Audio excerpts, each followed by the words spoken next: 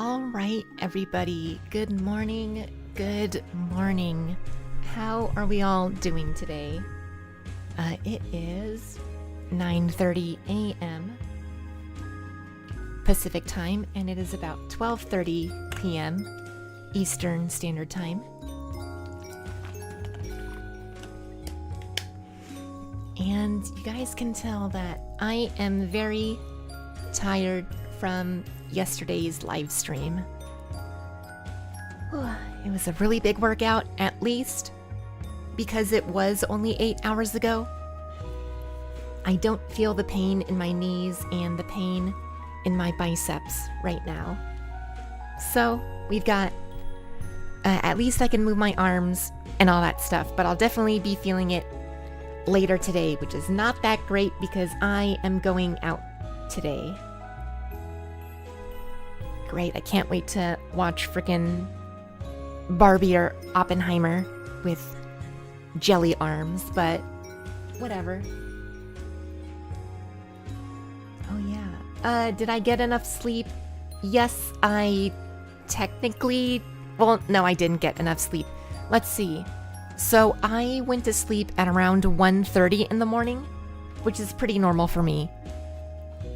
But the thing is that I usually wake up at 9:30. So around this time, I would wake up, hit the alarm, hit the snooze until it's around 10 o'clock, and then I get out of bed. But I had to wake up at 8 today. I have actually slept through my alarm, and I woke up at 8:30, so I only had an hour to set up. So yeah, it's been a pretty hectic morning, but at least I have my coffee with me. Yeah, I actually don't drink coffee that often. So whenever I do get like a shot of coffee or like a shot of espresso, that's when it really gives me an effect. So I actually feel pretty okay. But yeah, I woke up, fell asleep 1:30, woke up at 8. So, you know, that's 6.5 hours of sleep, which is not that good. But whatever, it's only just for today. I get 8 hours of sleep pretty much every other day. Oh yeah, good morning everybody. Marcus Atsu, Shade Infinity, Eddie, Nagato, Megadong. Hello, Jose. Good to all see you here. Are you guys ready for me to talk about my Transformers?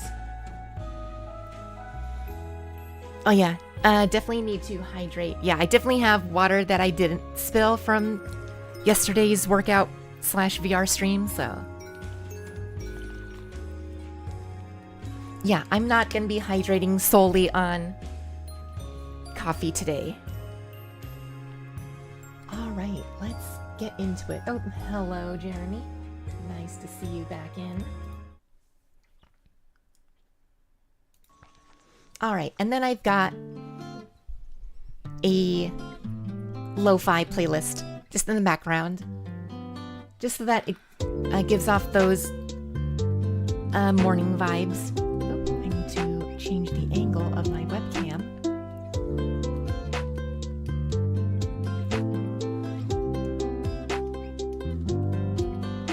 All right, there we go. Now I've got enough space. And yes, now I have hand covers because I just realized that I had these while I was doing laundry. I totally didn't realize I had these in my wardrobe. So yeah, definitely feel a lot better because like the back of my hands are so, it's like shrink wrapped. I'm like a dinosaur, so you can see my bones and stuff, and I feel very weird about my hands in that regard. So we'll just have my hands like this. Oh, the desktop audio is a little bit high.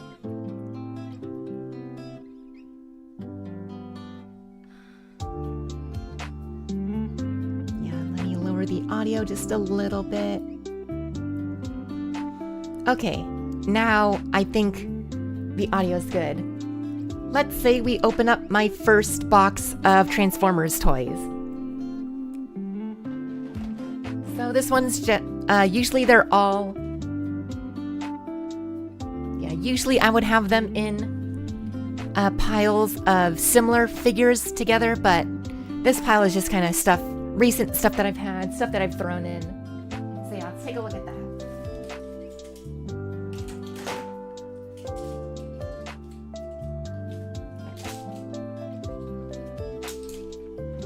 All right. Oh, that's my headphone wire because I'm not with the times that I used to use wired stuff and not Bluetooth. Well, we recently learned in my art stream that my Bluetooth just doesn't work. I need to get a new Bluetooth receptor. So yeah, I guess we actually will just talk about every single Transformer I have. All right. This one right here is the 2009 Revenge of the Fallen Dirt Boss. This is the Scout class.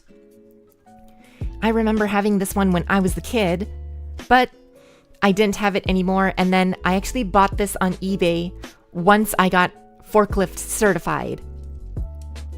So of course, you can tell I was very excited when I was forklift certified. This is one of 2 forklift Transformers. So this was one of them, and then there was an Autobot version that came with a Dark of the Moon pack, I think.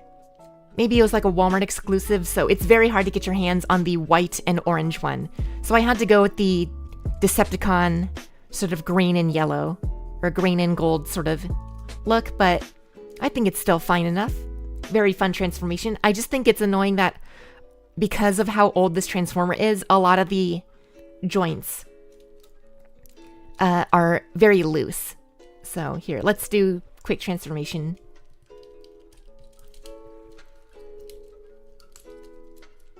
Oh, needs to untab.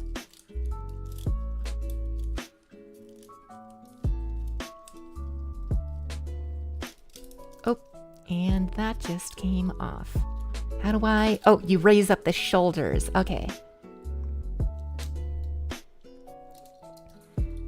There we go. And that's how you transform Dirt Boss. As you can see, the arms, very floppy. I definitely need to add some floor polish on here or something like that. But yeah, he's got like these little pile driver sort of hands. Kind of reminds me of the Mantis blades from Cyberpunk.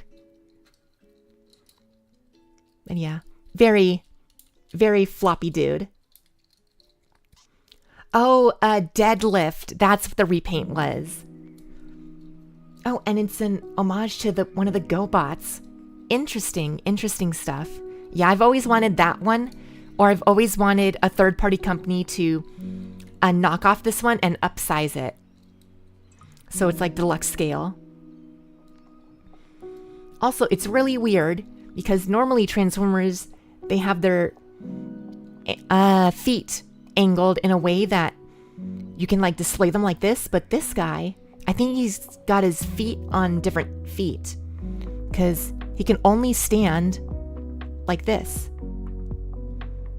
So he's got to have his feet together and it's like from his feet, it's making like a V angle, which is very interesting. But yeah, this is Dirt Boss. Let me transform him back. Oh. Yeah, this is gonna be pretty tough because I've got the freaking camera in front of me. Yeah, like I said, like I've got the camera arm right here. So my chest is actually right up against the camera arm. So I definitely need to find a camera mount that mounts over there on my computer stand.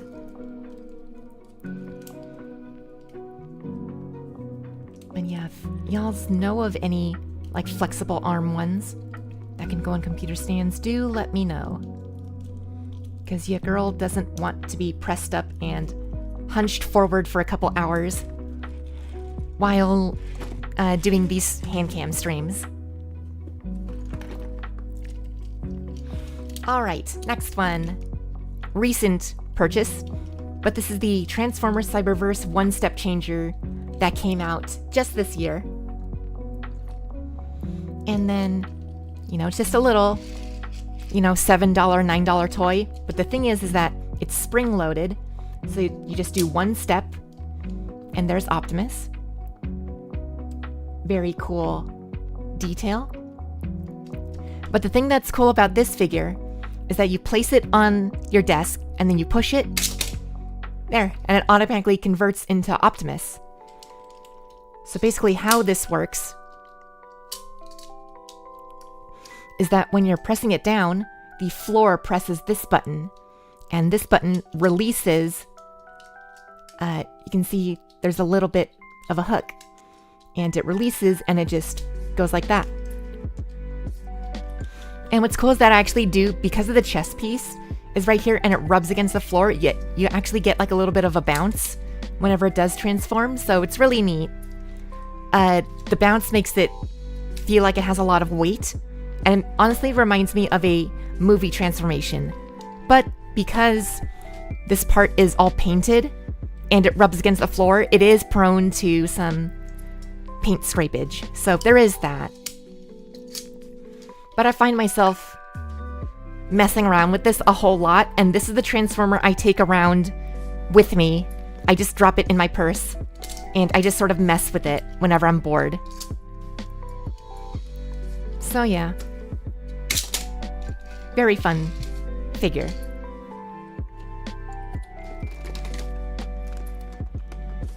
Oop, and then we've got a special one here. This is Power of the Primes Deluxe Class Groove.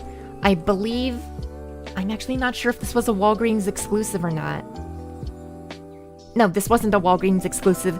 The thing that's weird about this one is that this one appeared very late in the line. So the story with this one is that a lot of Transformers from this era did not have a lot of detail, nor did they have a very big budget. For an example, this is this one was Combiner Wars. This one is Power of the Primes. You can see that the plastic is very cheap on this one. It feels very thin, but the plastic on this one, even though they only came out a year apart, there's definitely a higher budget just from the feel when you hold these guys together. And the reason because of that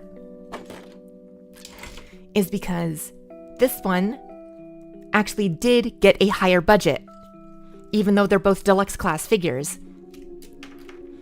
And that is because these ones were, the Groove figures were actually made by Takara and not Hasbro. So I have no idea why Hasbro thought to bring over the Japanese figures for the American market, but that's what they decided to do. And because Japan has a little bit of a higher budget when it comes to their figures, this figure coming out was very premium, or not very premium, but you definitely got the Japanese quality for these figures. And the thing is, they came out for the exact same price as normal deluxes.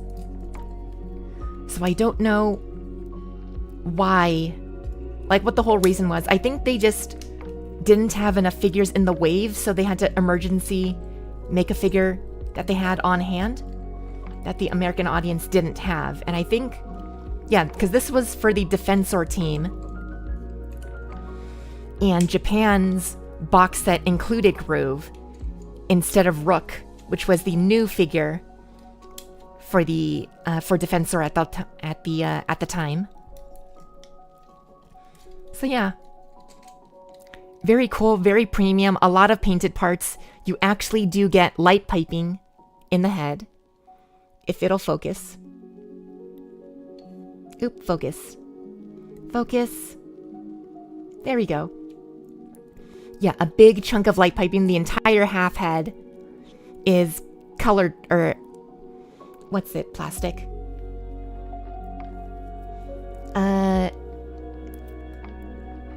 Clear plastic, that's what I meant. A lot of the other Power of the Primes figures, they didn't have light piping. So yeah. Oh, Groove was a shared exclusive? Okay, that makes sense. So yeah, he probably was I definitely know I got this guy off of Big Bad Toy Store, so it was probably Big Bad Toy Store and Walgreens or Walmart. So yeah.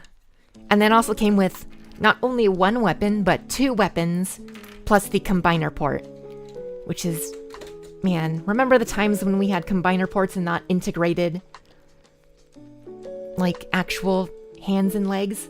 So yeah, this thing is a gun, but it has a weird thing sticking out.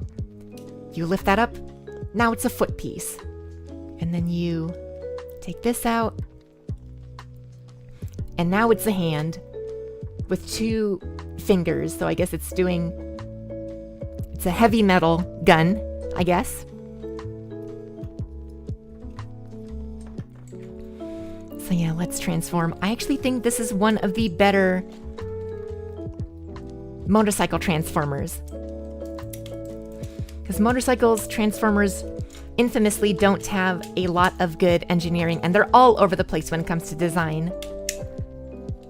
But for a transformer that has to also be a very blocky design, I think they got it pretty well with this one. Good on you, Hashtag. But the thing with motorcycle designs is that you always end up with the split wheel. And I hate the split wheel so much because I'm not sure if you guys can see, but they have little grooves, and you have to make sure that this top groove goes into the empty space of this one, and it's very hard to line up because they're very precise. Oh, come on. Get in there. Okay, maybe we need to split these. And then do the wheel first. Okay, now we've got the wheel, and now we can snap everything together. Oop. And then let's push all these to the back. There we go. Funky little dude with his hands out.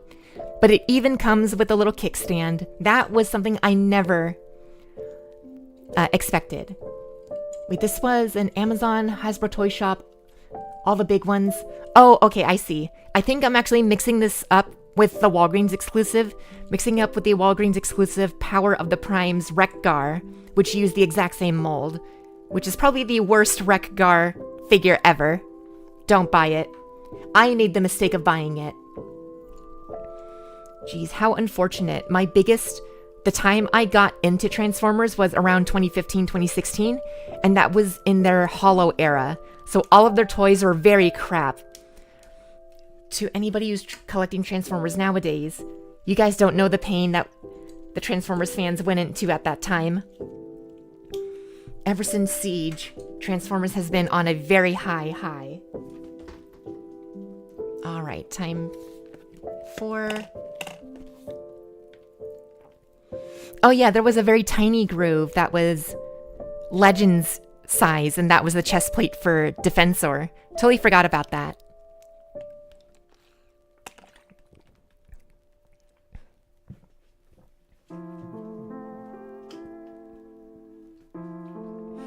Yeah, I actually think I may have that figure somewhere in my pile of junk, but I'm too lazy to get that out.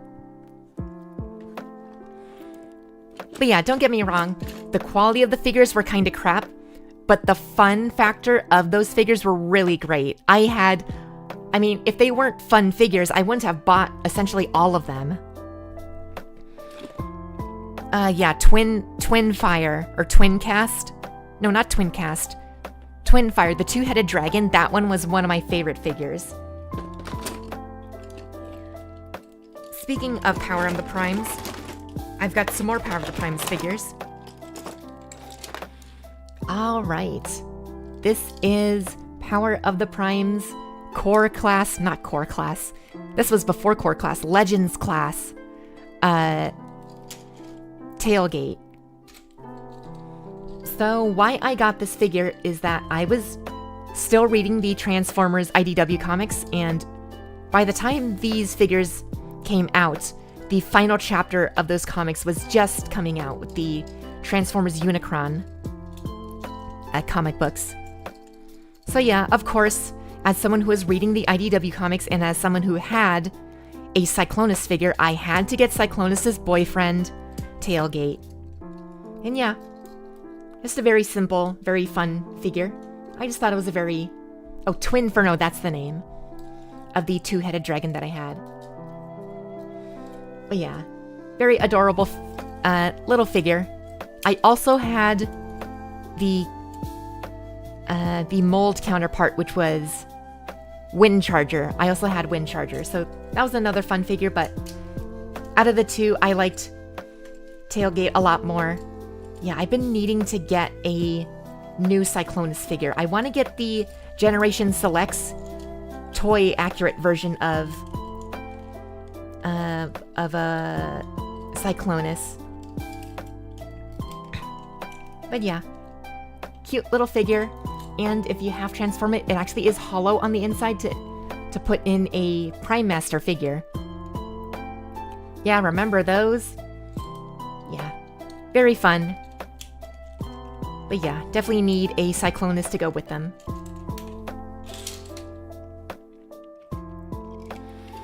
And then also, from the same, not the same wave, but the same line, Power of the Primes, we have Legends class Outback.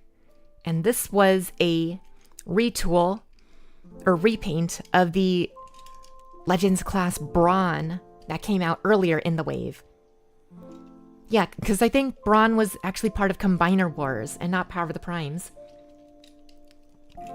Yeah, mate, look at this guy. I love this guy so much. And it's actually super fun because one of my mates who lives in Australia actually gave this to me.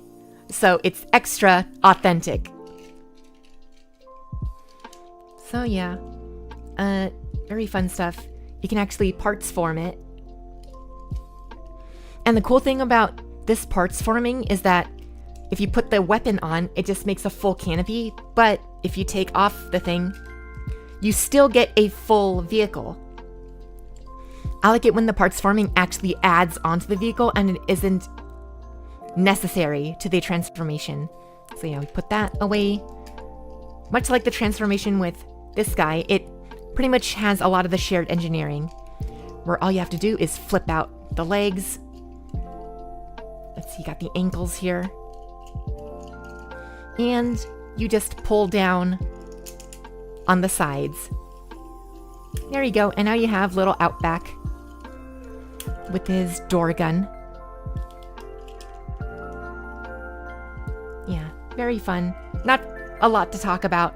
Although I do really like the chest printing. It has the original sticker from the Outback toy back then. Yeah, I really like this G1 era design. I don't normally like super praise the G1 designs. I do like a little bit of G1 iconography here and there. But I think Outback was a very good design. Oh, did I put the... Oh yeah, you need to put the arms sideways.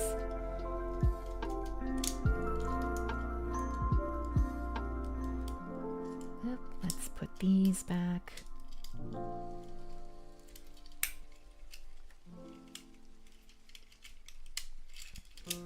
Oh, there we go. All complete. Fun fact, Outback and Brawn can transform without removing any passenger they might carry. That is true! If you do put a headmaster... Wait, I've got a headmaster on me.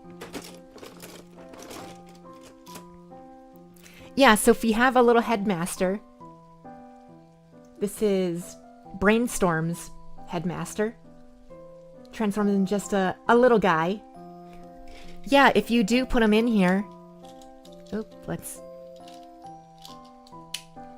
Yeah, it can totally transform without opening the slot. Oh my god, that's actually so cool. I never realized that. Or at least I totally forgot about that. I guess that makes the Brawn and Outback figures, they could totally be just a mecha. Or they can be reliving their destiny as Micromaster. Or not Micromaster, Microchange and Diaclone figures. Because originally Transformers, they had, in Japan, they had the little minifigures that can sit inside the G1 vehicles. Oh man, I like this figure even more now. Yeah, I like Transformers that have little play features, but aren't hampered by the play features, and you could still access the play features within other modes. So, and what I mean by that is I'll actually go over to Brainstorm now. Okay, let me get all my figures out of the way.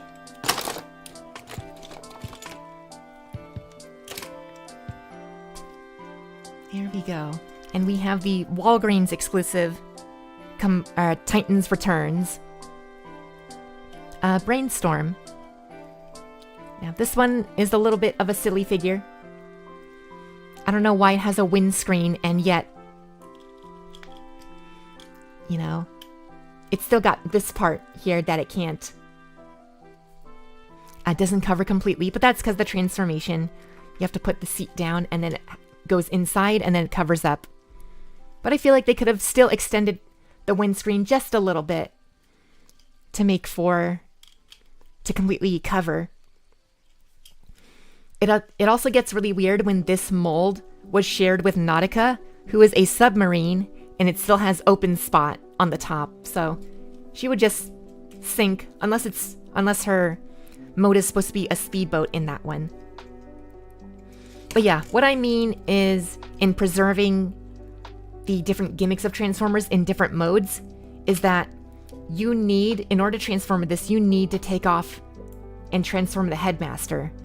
What I wish was the case is if we transform this,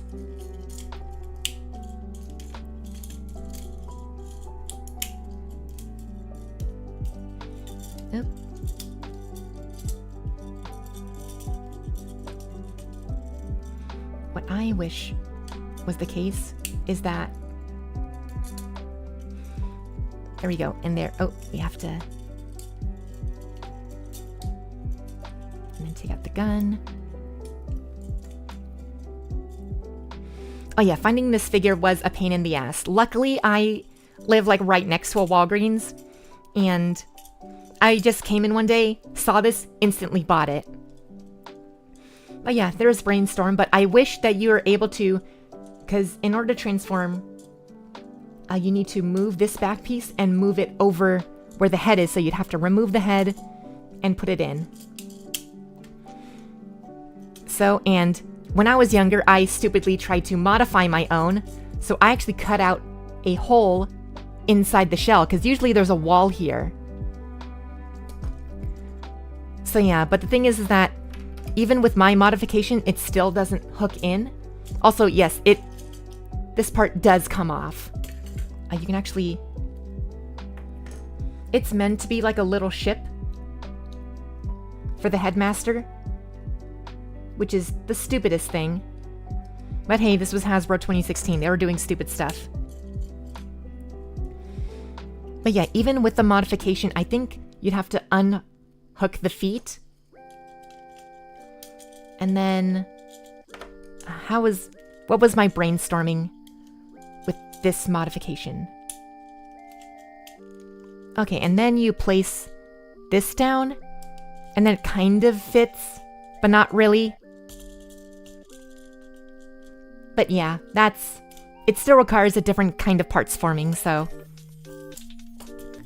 As much as I love the character in IDW2, they definitely need a new figure that can transform with the Headmaster in.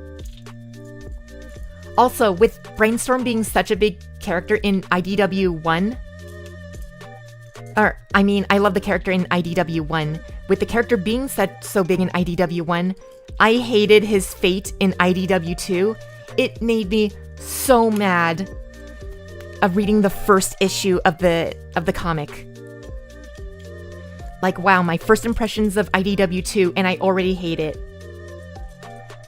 Granted, it's still a fun comic at the end of the day. Not my cup of tea, but still pretty fun. But the fact that they killed Brainstorm in the very first comic off screen, like, wow. How insulting to one of our best boys.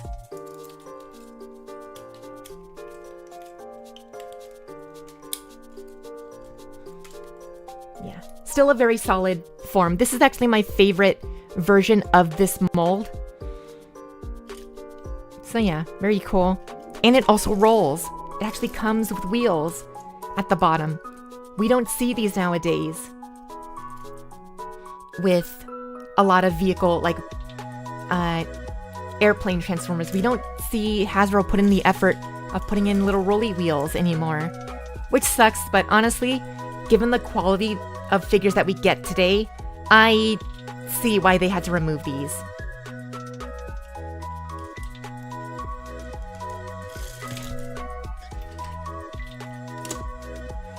And then moving on, I showed you guys Blot. This was a very fun figure. There was a lot of memes on 4chan on the toy board, which in 2016, from 2015 to 2018, was when I was on 4chan a lot. And just agreed upon in the Transformers boards this was one of the best figures of that year. Because look at him, he's just a little guy. Just a little dude. And what I personally noticed is that while I was transforming, I noticed that this head part was actually a separate piece to the chest part, which means theoretically, and if it's all hinged on here, theoretically we'd be able to open it. So I took an afternoon and I actually managed to open up the mouth. So yeah, I don't know why Hasbro locked this piece in, because all you have to do is sand or use a hobby knife and just cut off one of the hinges or one of the lips that keep this in. Let me see if I can show it off.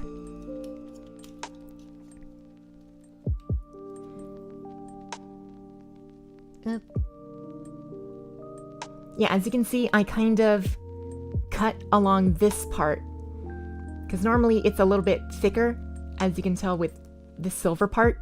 But all you have to do is take a little hobby knife and cut along where this groove would be. And that just allows it to slide in and out. But yeah, I don't know why they didn't add that in to part of the play feature.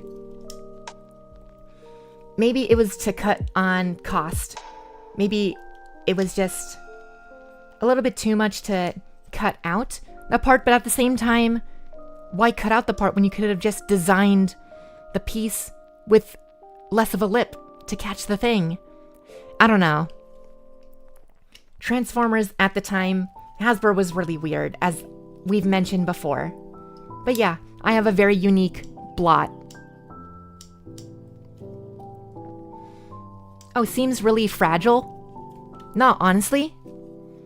Look, when I do this, yeah, I'm pushing pretty hard on here, and it's still pretty stable. I guess if you're a kid and, you only have these parts.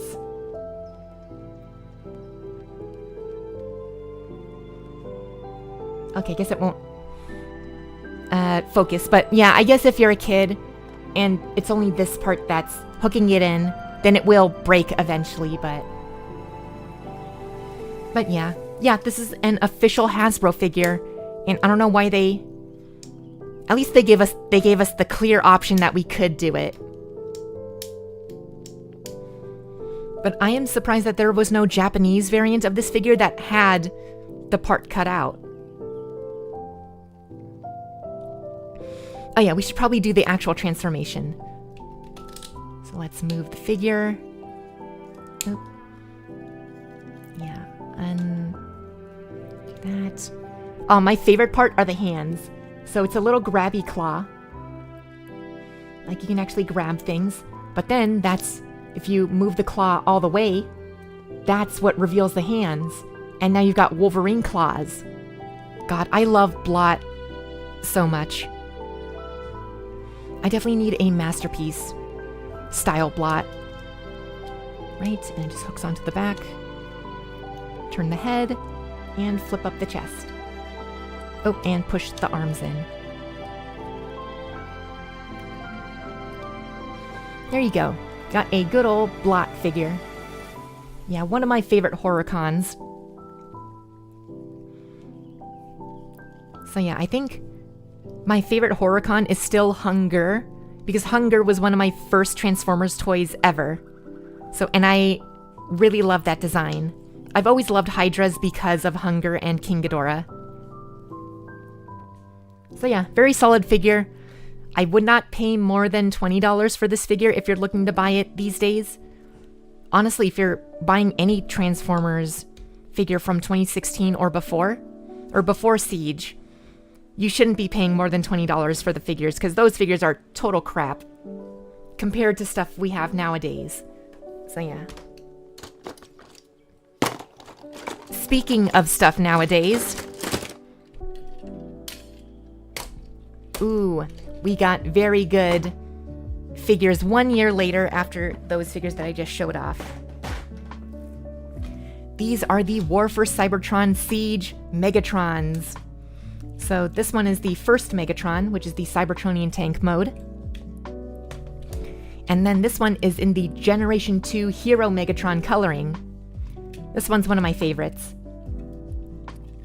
But yeah, this is one of the very first... No, I think this one is actually the first Generation Selects. No, actually, no. This one wasn't the first Generation Selects. The first Generation Selects was not Smokescreen. It was the white and black version of Jazz.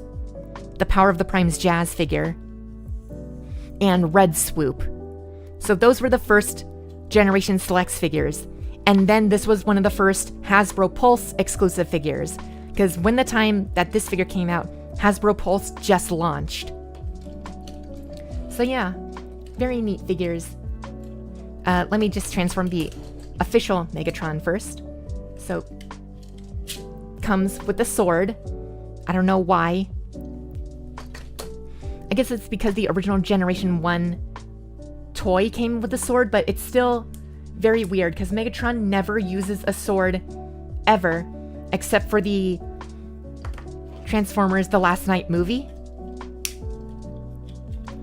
So yeah, it's always weird piece of Diaclone history that Megatron's figures always come with a sword. And it's like, I don't think they need to. It never really adds anything. I mean, sure, it adds a play feature for the kids, but at the same time, Megatron just isn't a sword guy. He just has his giant fusion cannon, and that should be it. At the very least, you can transform it. You can do like a little bit of... So you don't have to parts form. You can just move the cannon this way, and it becomes a very squared cannon. But yeah, if you wanted to do the sword, all you have to do is just turn this around, and then you can plug in the sword, which is very cool. It's parts forming, but it's only optional parts forming.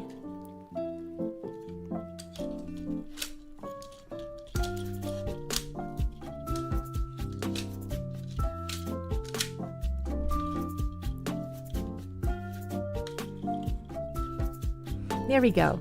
And that's... Oh, whoops. His crotch. There we go. That's Megatron.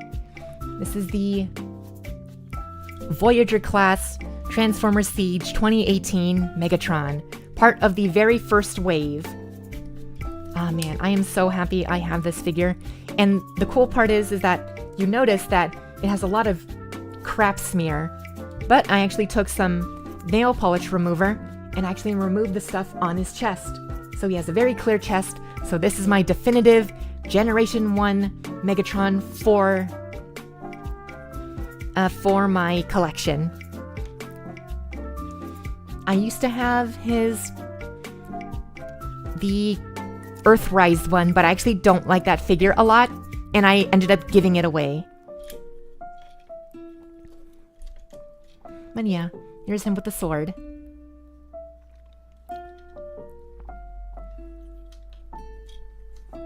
Oh my god. Also, it's so funny that in the IDW2 comics, you can actually see what Megatron looks like before he became Megatron. And here, let me transform this dude back into tank mode.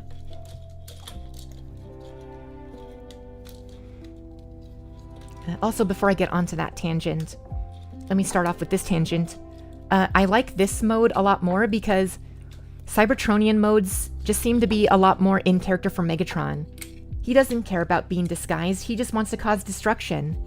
So why would he want a Earth design? Doesn't make sense for him in character-wise. In comics, he's always been known to make his presence known.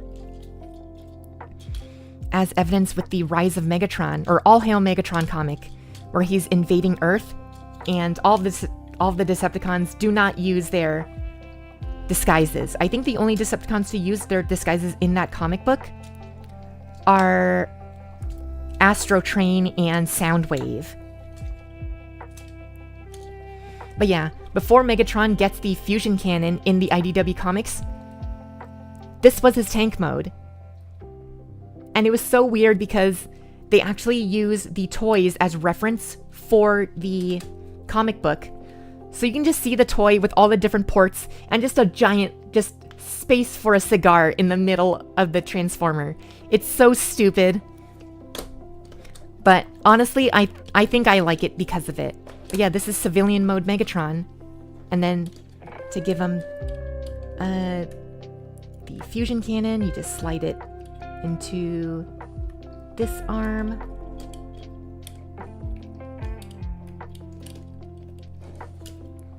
Take the sword, go like that. And then just stab Megatron right in the chest. Oh.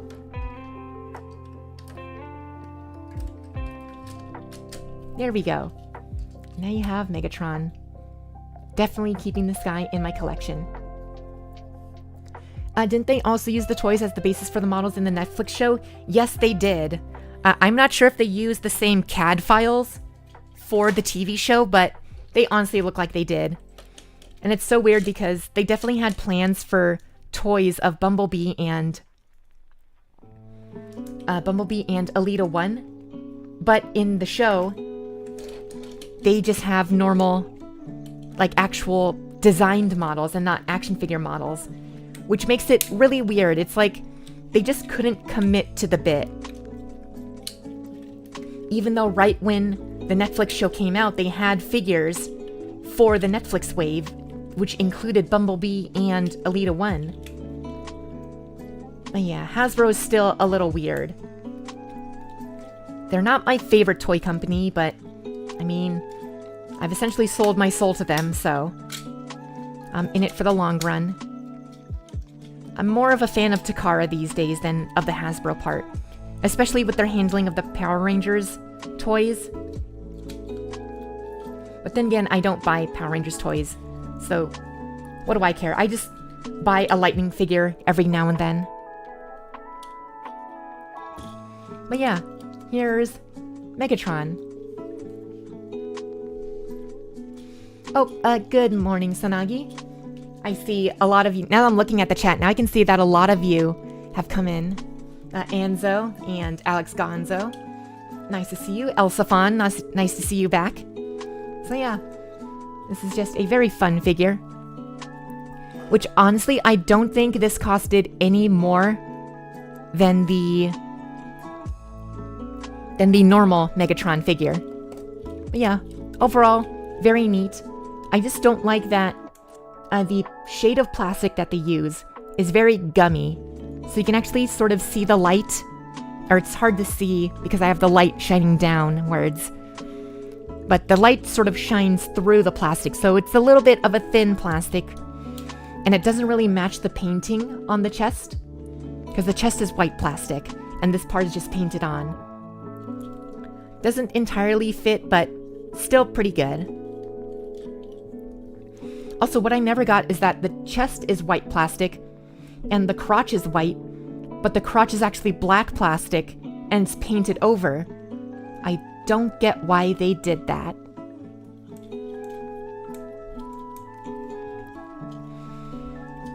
But yeah, I think it's because Transformers and Hasbro are strange that it really activates the curiosity in my brain.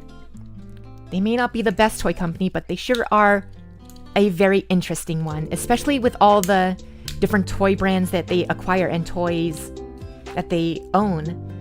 Like, it took me so long for me to come, like, don't clip that. It took me so long for me to realize that Hasbro actually owns the property rights to Tonka. And I remember living in a time where Tonka was a totally different thing. I think Tonka was a Mattel thing before. But now Hasbro owns Tonka. Not like they make Tonka trucks these days. Do you collect figures from Hasbro and Takara, or do you also go for some third-party figures? Okay, I have not had my third-party Cherry Pop. I've only done third-party upgrade kits to Hasbro Takara figures. I have yet to actually get my own third-party figure, which I'm trying to figure out which figure should I go for. I wanted to go for the Acoustic Wave from Fans Toys, but that is so expensive. It's almost $300 for a Soundwave figure, and I just don't have that kind of money to spend on a single figure. I might go for something smaller, like one of those Dr. Wu figures, or maybe a Legend Scale. What's the Legend Scale company that they only make small figures, and they have a little Slipstream figure that's like this big? But then again, those are like $50 for 3 inches of toy. Third party is just so expensive. It's like I'd only ever really go into third party if it was given to me. But I doubt that's ever really gonna happen. Ooh, I definitely need a drink of water.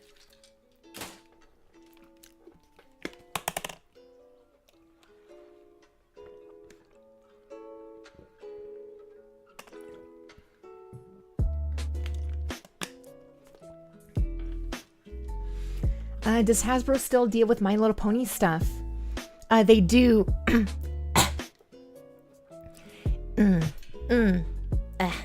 Okay, wait. Give me a second. I need to get some more water. Oop, wrong one.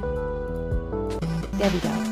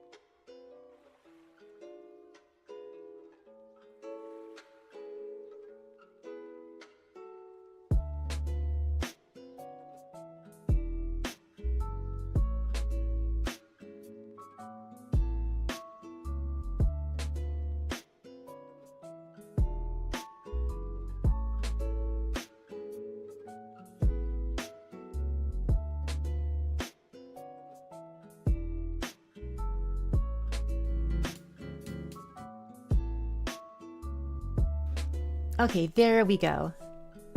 Oh, whoops, did I? Oh, I did. Okay, give me a second. There we go. Okay, now I'm back with a better voice. So, yeah. And then, ooh, I've got a very infamous duo of action figures here for you guys. So, what do you guys remember about Transformers Revenge of the Fallen? Because one of the things I remember the most are these cursed twins. Now, back then, when I was a kid, I didn't realize that these guys were racist. I did not realize that they are supposed to be stereotypes. But as a kid, I just thought that these were funny characters. And I really liked them. So, of course, I had to get both of them.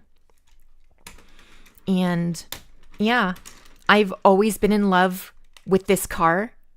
I just think it's super cute looking. At the time, this was the 2009 concept Chevy Trax and the 2009 concept Chevy Beat. Now, since 2009, I think both of these cars officially released as the... I don't know what name this was released under, but I believe in 2017, this released under the name the Chevy Fit. No, it's the Chevy Spark. It's the Chevy Spark, and the Honda Fit kind of look the same.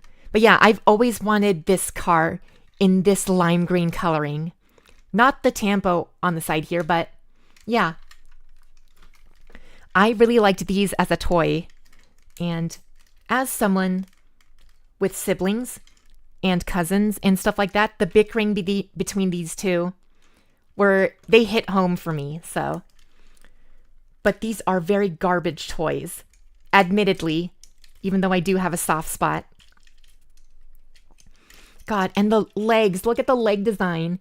You have a joint that can go all the way around, and then it also bends at the knee.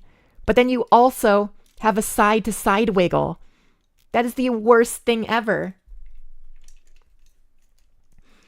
Oh, is the concept Chevy Trax still called the Chevy Trax? Huh. I wonder why they changed the Beats name. I guess the Chevy Spark does sound a little bit better. Oh wait, is it the Chevy Spark because they added a electric engine in there? Huh. And then how does this go? We turn it around this way. Oh God. Wait, I have to do the snappage part. Oh God. I hate doing this with this figure. Ah, there we go. Yeah, despite my love for Transformers, I don't know jack about cars. Yeah, I was always a bit out of the loop when it came to cars. Everybody always watched these movies to look at all the neat cars, but I was never a car person. I dated a car person for like a year, and it's like, I still never understood it. But yeah, look at this doofy little guy voiced by Tom Kenny. And it's got this little feature where if you press the Chevy button, he just head bobs for whatever reason. And then you can use the big fist. Oh. And it's so funny that the jacked fist is on the right hand. Anyways, it's got a little gun. And when you press the lever, it just fires out. So you can just super punch. But yeah, very chunky dude. It's very hard to stand because of the many different angles that you can get with the legs. And also the kibble on the back. Look at that. They couldn't have just made this fold upwards or maybe twist around and then collapse onto the back. They just have a freaking stand for this thing. Which I guess in retrospect, they probably knew that the legs were crap designed, so they had to give it a stand in order to stand up.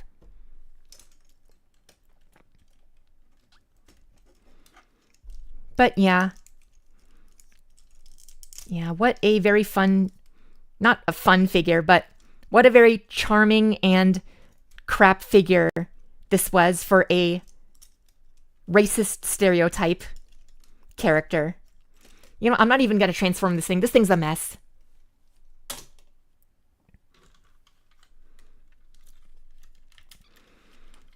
Yeah. Oh, wait. Here's, like, the tracks. So, yeah.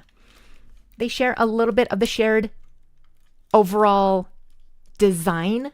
Like, they share the same design language, but they don't share exactly the same engineering. Because with Skids, or I didn't even mention their names.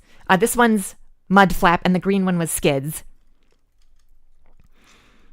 So yeah, Skids is windows. They wrapped around the leg, but as you can see, these ones just have the feet. And these ones are much better designed legs. But where we get into trouble is how the chest is designed. It's a little weird. How am I able to do this? Oh God, Sanagi, don't even Don't even say that. Are these toys considered vintage? I mean, if video game consoles like the GameCube are considered retro, then I bet you can consider that these 2009 figures are considered vintage nowadays. It's hard to think that these figures are more than 10 years old now. Man, I was just a wee little girl when these figures came out, and now I feel old. See, and now with this part, I don't know how to do the chest because there isn't a real hook on here. So I think you just have to let it rest like that. There we go. And we do admittedly have a lot better figure than Skids over there. But it still comes with the same crappy problems of, look at the backpack. Look at how big the backpack is compared to the guy. And then still has the little flappy flap. But the thing is with this figure, it actually stands, fine enough. I don't think it really needed this on the back. So yeah, PS3, even PS3 is considered retro now, which is absolutely disgusting. And it had a missile in here, but if you clench the fist, then it would have shot the missile. Okay, are you guys asking for Soundwave? Are you guys asking for why my thumbnail is a femboy Soundwave and me pointing at it? Okay, time for the sound waves. Let's get this guy out of here. And let's get to the sound waves. Now, I won't be showing all of my sound waves, but I will be showing some of my favorite sound waves. So let me just get a swig of coffee here.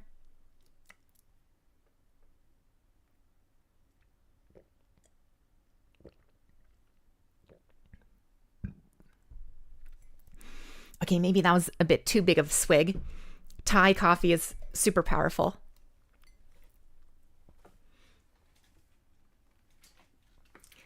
Now let's start off with the OG.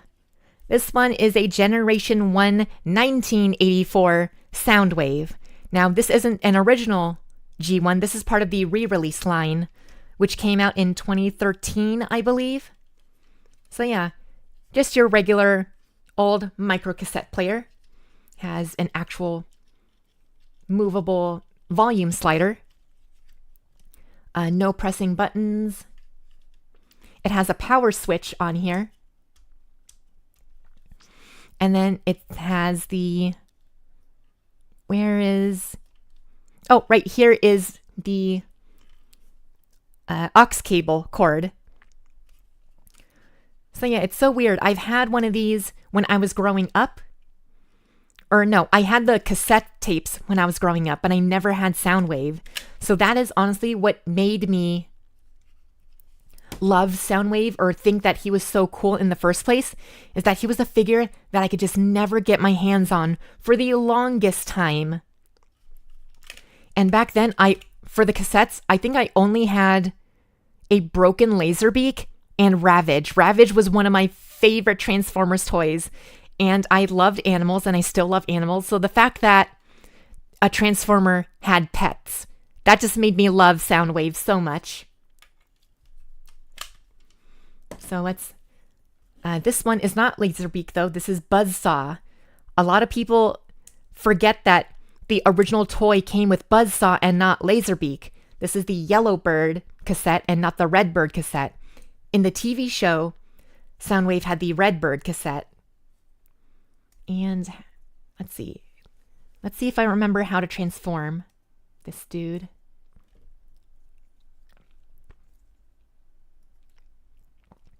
There we go. And that's little Buzzsaw. Very cute little bird. And I've always wanted keychains of all these little cassette figures. Because I think more so than the mini bots, the cassette bots are a lot better to just carry around. Like if there were knockoffs of the cassettes, I would actually buy a bunch and just keep them in my pocket They're very fun.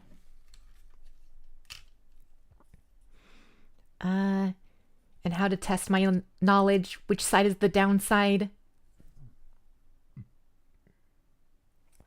Oh, it's the side with the A on it. Geez, don't blame me for being a little bit of a zoomer. Because I never grew up with this style of cassette tape player. I had a Sony Walkman, like the classic bright yellow Sony Walkman from I think it released in the early 90s, mid 90s. So yeah. And time to actually get into Soundwave, which is an odd thing to say because I want Soundwave to get into me.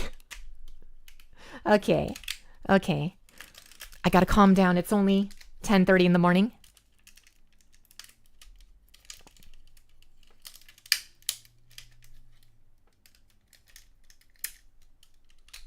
Oh yeah, and he's got solid metal feet. Gotta love that die cast. It's a lost art.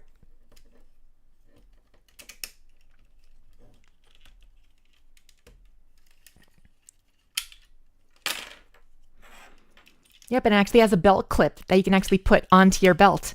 It's so funny. I just can't imagine kids in the 80s carrying a full-ass Soundwave.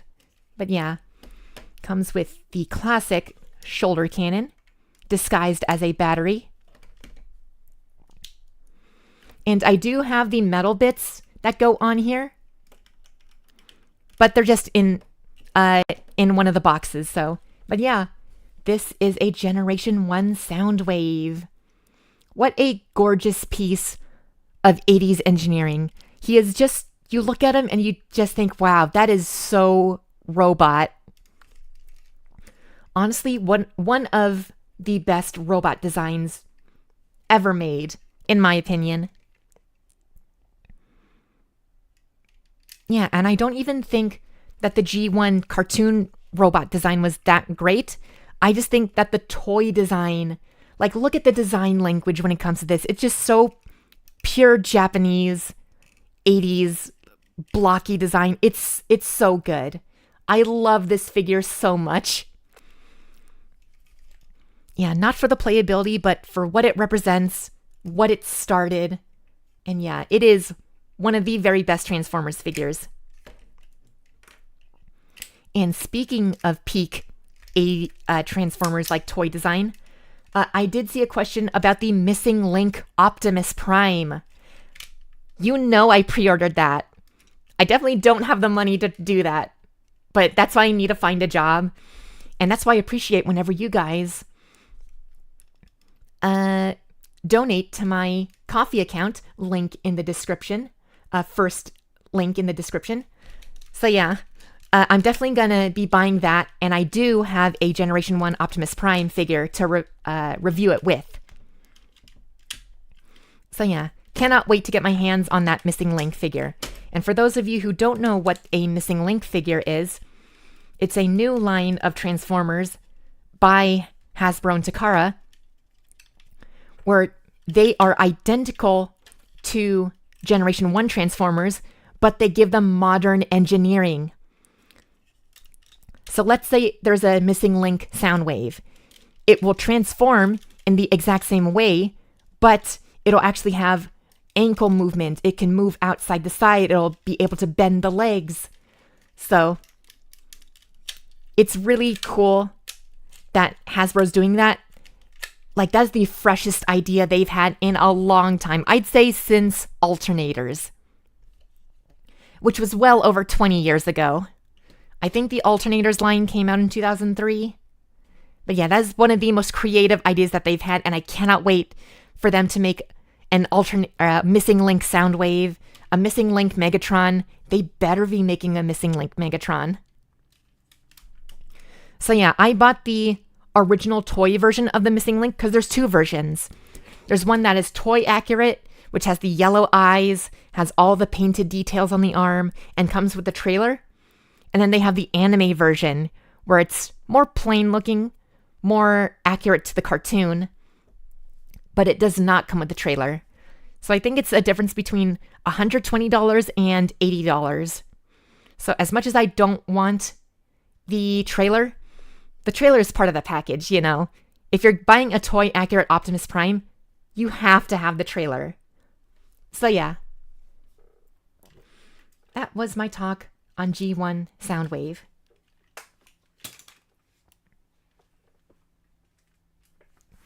And what better figure to compare to G1 Soundwave than the Masterpiece Soundwave. This is actually a knockoff, so it's a little broken in parts.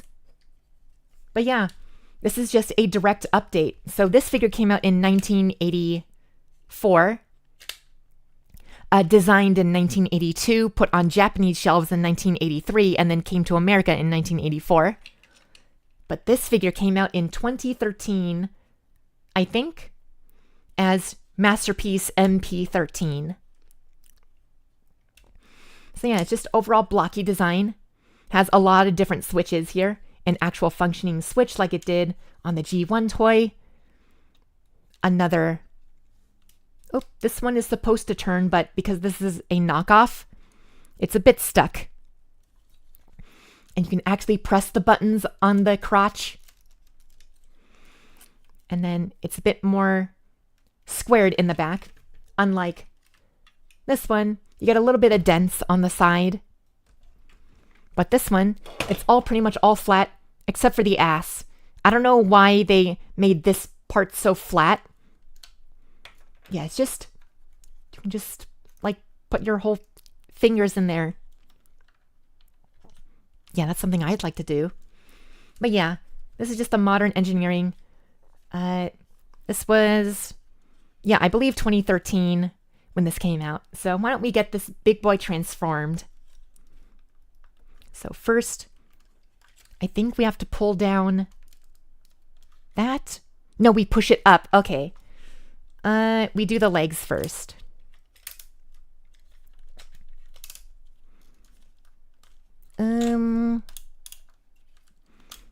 Oh yeah, all those delicious ratchet joints.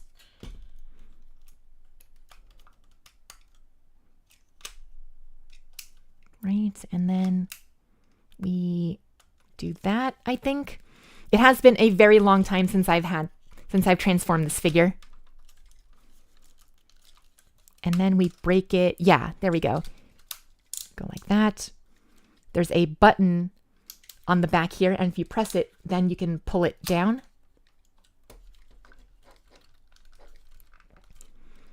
Oh boy, let me get this one. Okay.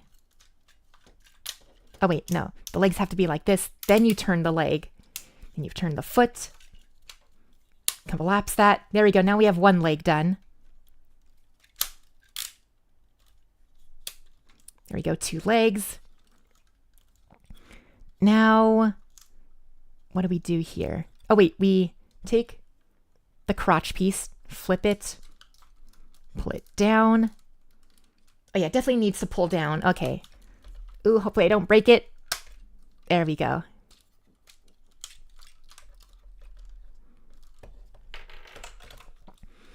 There we go. So now we've got the legs.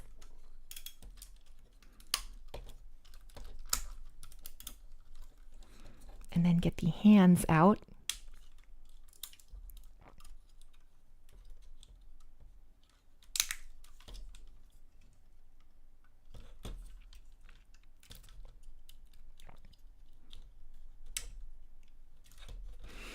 And then the final dramatic head reveal. There we go. Look at this sexy man. So big he can't even fit on screen fully. But yeah. I remember when this used to be the pinnacle of Transformers. This was one of the best Transformers when this came out. And I've had a Masterpiece mold for a long time. This exact figure I have only had for about a year, but I have a actual clear color Soundwave. That's the year of the GOAT, the 2015 year of the GOAT. Was it Soundwave, which was all made in clear plastic. And that figure is what started my Soundwave kick. But yeah, you can tell this is a knockoff because it actually has individual fingers. Yeah, that was an add-on kit. But yeah. Oh, wait, I totally forgot. It actually comes with the battery installed. So you can just swing out the chest gun. And then you can also take out this battery. Go like that. And then, there we go. Now it's the battery gun. And it actually comes with the, oh, that's not supposed to come off. The metal part on the gun. Let's actually get Soundy to hold this.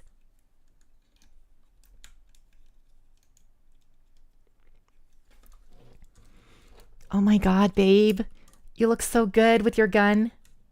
You're gonna do great, honey. Go out there and destroy some Autobots. And it also comes with a little scanner. Oh, they can just hook onto his hand that he used in one episode of the cartoon. But yeah, one of the best Transformers. However, the one thing I have a problem with this figure, even at the time it was released, is, let me fold up the fingers first and get them partially transformed. One of the problems I had with this guy was, look at how the legs are done. And look at how thin this part of the leg is. And you can't kick out. The only way to kick forward, like, these are not on hinge joints. They can't go this way, like swinging the leg out this way. In order to kick his legs up, you have to click in like that. And look how weird it looks. It's such a strange way to do this. And I get why they couldn't have moved this out of the way. Because of the pushing button feature, you can't move the front skirts. So I get why they had to do that. But come on. On my original copy of the genuine Hasbro Masterpiece figure, when I was moving this, there's a lot of stress on this point in the plastic. So if I actually move it upwards, it will break. So you actually do have to just unscrew everything and make sure the ratchet joint is a lot weaker. But in doing that, he might flop over. So it's a very peculiar, it's a very strange design. And I'm so glad that this is no longer the best Soundwave. We now have another Soundwave, which will be the next one I'm looking at. So let's transform this guy back.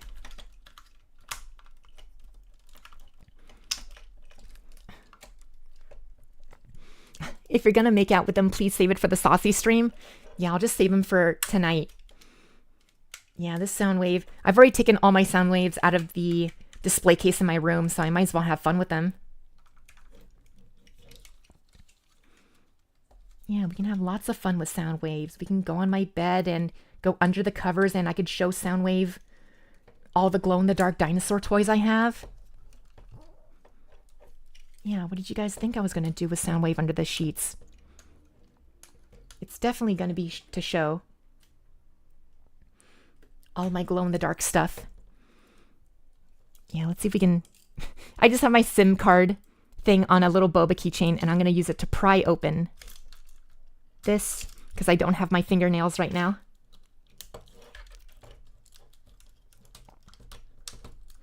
Right, and then we'll save that.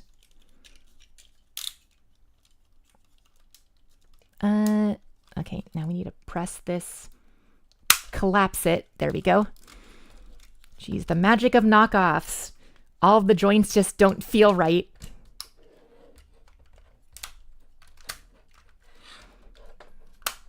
There we go.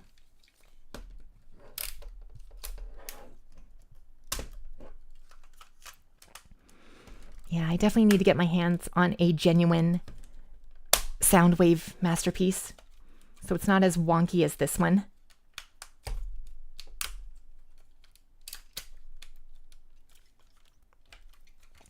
And then we can put the scanner on the ass. Right, so there we have Masterpiece,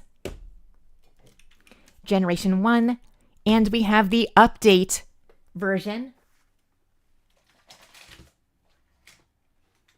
which is, oh, I don't have the exact one, or I do have it, it's in my display case, but on a similar note, we have the Shattered Glass Earthrise / Netflix Soundwave. I love Soundwave. This is my first Generation 1, or not Generation 1, Shattered Glass Soundwave, which, if you don't know the Shattered Glass universe, it's the comic universe where the Autobots are the bad guys and the Decepticons are heroic. Very interesting concept, and I really like it. But yeah, this is the Netflix mold, which this mold came out in 2020, 2021, somewhere around there. Oh yeah, 2020, as a Walmart exclusive. And I wasn't able to get my hand on the Walmart release, so I got mine a little bit late. I was able to get my hands on it when HobbyLink Japan got theirs. So yeah, I do have the original color, but this is the white version, which came out, I think, last year.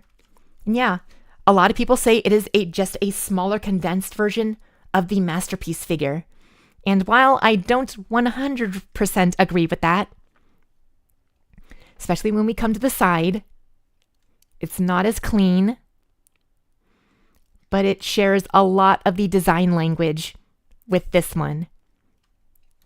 It almost feels like these two were designed at the same time.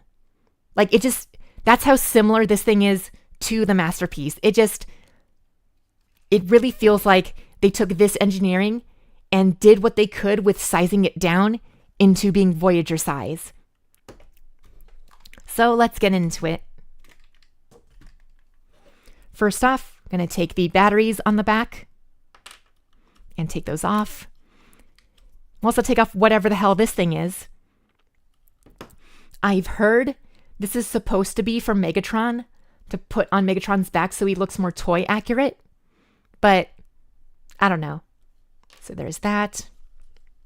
Flip that up. Yep. Do that. And we're going to flip this around. So take the feet out.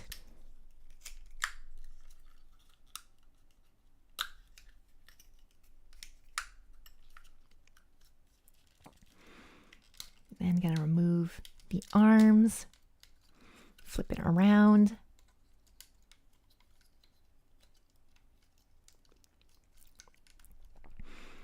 And the dramatic head reveal. Whoops. There we go. And now we have Soundwave Shattered Glass version. And it's got excellent light piping. Oh, if we can actually see that. Here, let me actually get my phone out.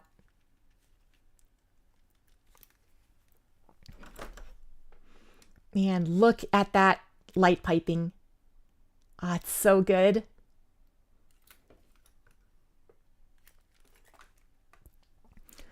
So yeah, this is like the modern Soundwave figure.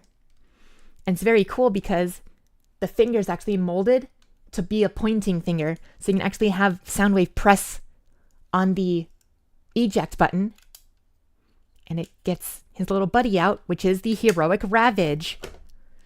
I'm not a fan of these micro cassettes, but they do enough of a good job to suffice. How do I transform this guy again?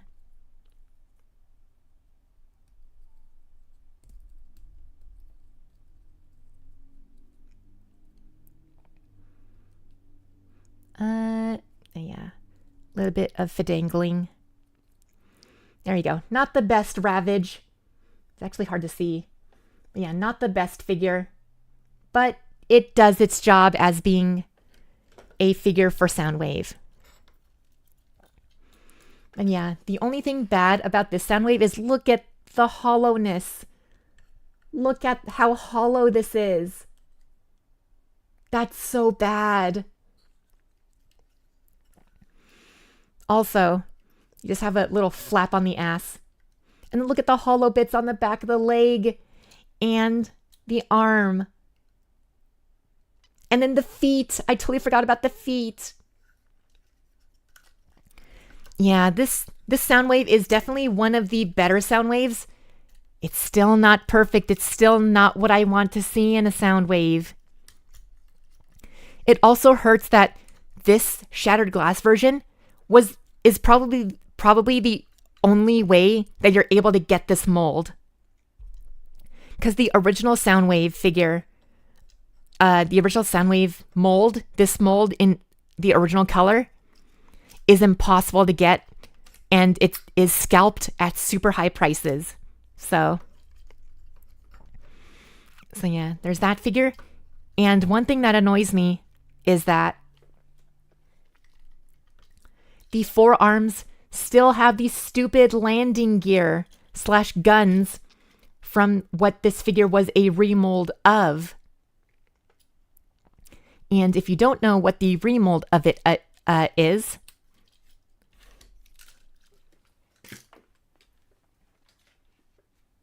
then this is what that figure was before. So that Earthrise figure came out in 2020 / 2021. However, in 2018 and 2019, this is what our Soundwave looked like. What in the world is this?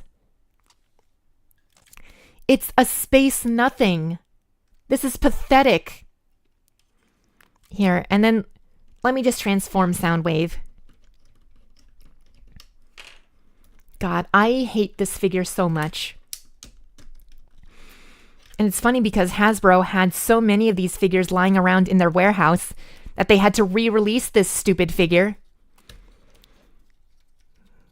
In the Legacy line. I think this was part of last year's Legacy line, where they did the retool where it doesn't have all the crap smear on it. How do I transform this thing? Oh, right, like that.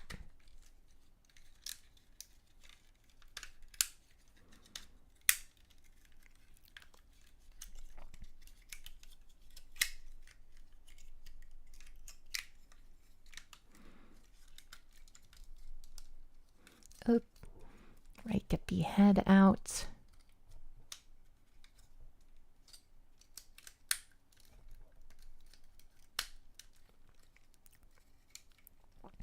There we go. Look at this Greebold Soundwave. It's so bad. It's so bad. When this figure came out, it was so awful. I mean, you not only had the weird kibble on the arm, you not only had the gross hollow parts on the back of the bicep, the forearm, the leg, the feet. You have this weird backpack thing that he never had. You had these weird landing gears that would be shoulder guns. You had all the crap on the chest. And with this one, you weren't able to use a nail polish remover or acetone because the way it was molded, it's actually two pieces of plastic glued together. So the design is actually on the inside of the plastic. You're not able to remove the crap from the figure. Like, this was a figure that unanimously, it pissed off everybody. The only good part of this figure was that it still incorporated the chest cavity, and it didn't come with Ravage, but I always just pack him up with Ravage. That's another thing. He never came with any cassette figures. You had to buy the cassette figures separately. Ah, man. This was such a disappointing figure. And the thing is that because it was designed from the ground up to be a space nothing, it unfortunately, when they updated it to be the Earthrise version, the Earthrise version still carried a little bit of this bad DNA in it. I mean, look how wide the chest is. And then look how, look how wide the figure is. I was never satisfied with how wide the chest is. Then you have the very Cybertronian greebled arms. You have the landing gear. The back is so flat. And I don't know.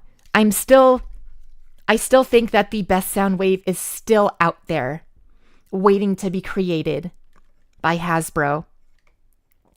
And this was definitely a one step back, 2 steps forward sort of thing.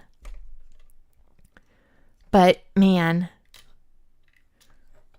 this being the latest Soundwave, it does kind of hurt. Although I do have a little bit of hope that our next Soundwave will be a lot better. So yeah, I actually think Sound Blaster is a lot better of a figure than Soundwave. Wow, that's the first time I'm ever going to say that. But yeah, when it comes to the Earthrise or modern day Transformers, I think Blaster came out with the better figure. Also, I forgot to mention, in Shattered Glass, Soundwave has a headband, and it actually is a completely different mold from the original Soundwave head. So they gave it a completely new mold, and I actually like the proportions on this Soundwave head. It's a lot more pointier than this Soundwave head. So yeah. Geez, I'm gonna take a lot of time to transform these guys.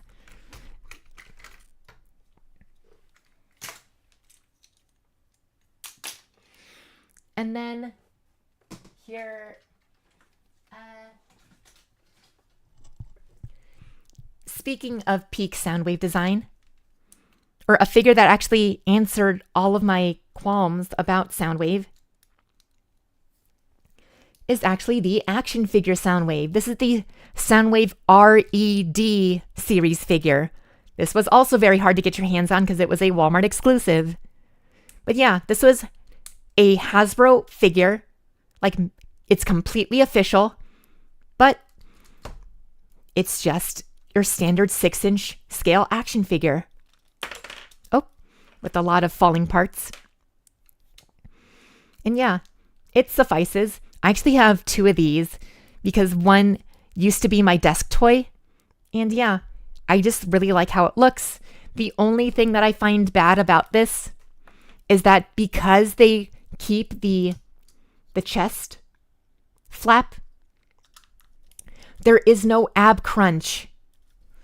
And every single red figure that came out has an ab crunch. And look, I know the cassette part is part of Soundwave's gimmick.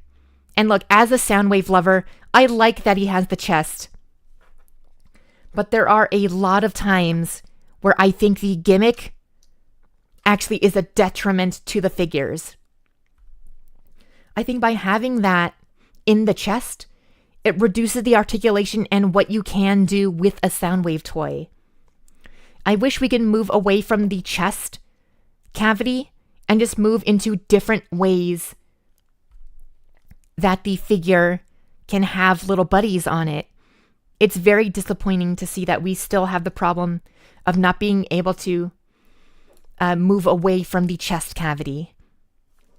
But yeah, it's still one of my favorite desk toys, just to just plop on your desk, pose them, have a little bit of fun, and still look the part of being G1 cartoon accurate. Oh, is it not going in? There we go. Also, it came with different hands, so you can easily pop them out and stuff like that. But also, if you do plan to get this figure, I think it's only like $30, which when it retailed for $20, that's not too bad. Don't quote me on that. I haven't looked at the price for this thing. But yeah, what a lot of people don't know is that I thought that this thing had very crap leg movement. I mean, look at the clearance you get for the ankle rocking. But what I didn't know is that you can actually just pull this down, and now you have a lot more angle to deal with. So yeah. Oh yeah, half the fandom would definitely lose their shit if you remove the tape storage. True. However, I do have a Soundwave in my collection that showed that you don't always need the tape storage. So,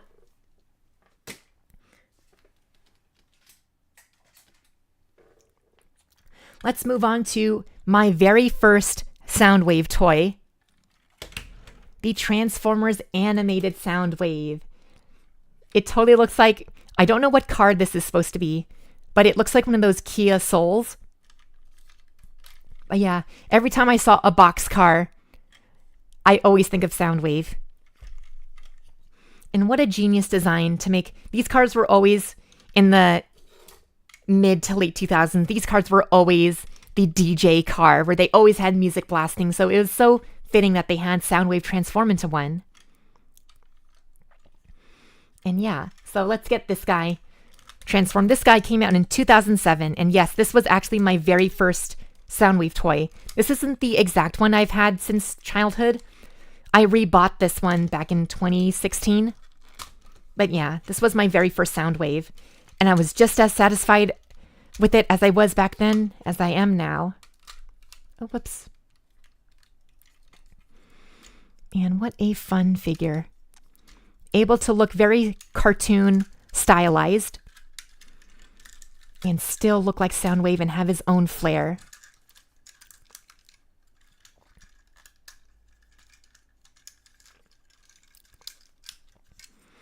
There, and that's Soundwave. And this Soundwave goes to show that you can have the chest look. You can have the look of the opening chest piece, but it is not functional. It keeps to the character. This is actually where you see his sound levels. You know, like on a little old-fashioned soundboard. It has like, every time he talks, you can see it move. But yeah, animated Soundwave goes to show that you can have the look of the chest flip out part without actually integrating it into the Transformer. Which is why I have hope for more Transformers to do this, but Transformer designs just don't have the confidence to stray away from the chest cavity. And every single time a figure goes away from the chest cavity, it becomes my favorite toy. Like, all of my favorite Soundwaves do not have the chest cavity. So yeah, I think the only problem I have with this Soundwave is that you only get like karate chopping hands. You don't get any fists. And yeah, as you can see, it also came with Laserbeak, which is a giant prop guitar. And all you have to do is collapse the tail and then open up the guitar. And now it's Laserbeak. And there are little grooves on the forearms. You can just have Laserbeak just perch on top of Soundwave. Honestly, one of the most goated Transformers designs, or toy designs. I love this. Because of how stylized and how limited it is, it actually makes me feel, it reminds me of Generation 1. And it's just so simple. You get a very nice car design. Here, actually, let me transform it back because I really like the car design. Oh, the only thing that really annoys me is that the knees are ball joints. So it actually is very fragile at the bottom. So, but yeah, it does stand well despite that. Yeah, let's get this guy transformed. Oops, turn it back.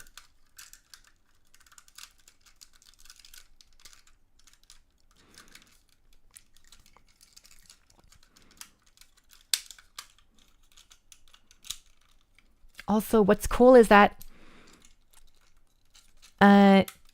if you didn't know, in the Transformers movie toy line, after the movie came out, there was an entire subline of Transformers figures that were just modern, everyday items that became Transformers due to the power of the Allspark.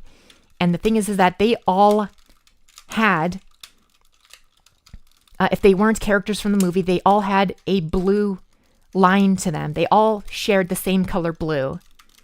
And what's cool about this Soundwave is that in the cartoon, he was never a Transformer on his own, like from Cybertron. He was born as a robotic music toy, but then with the power of the Allspark, he turned into a robot.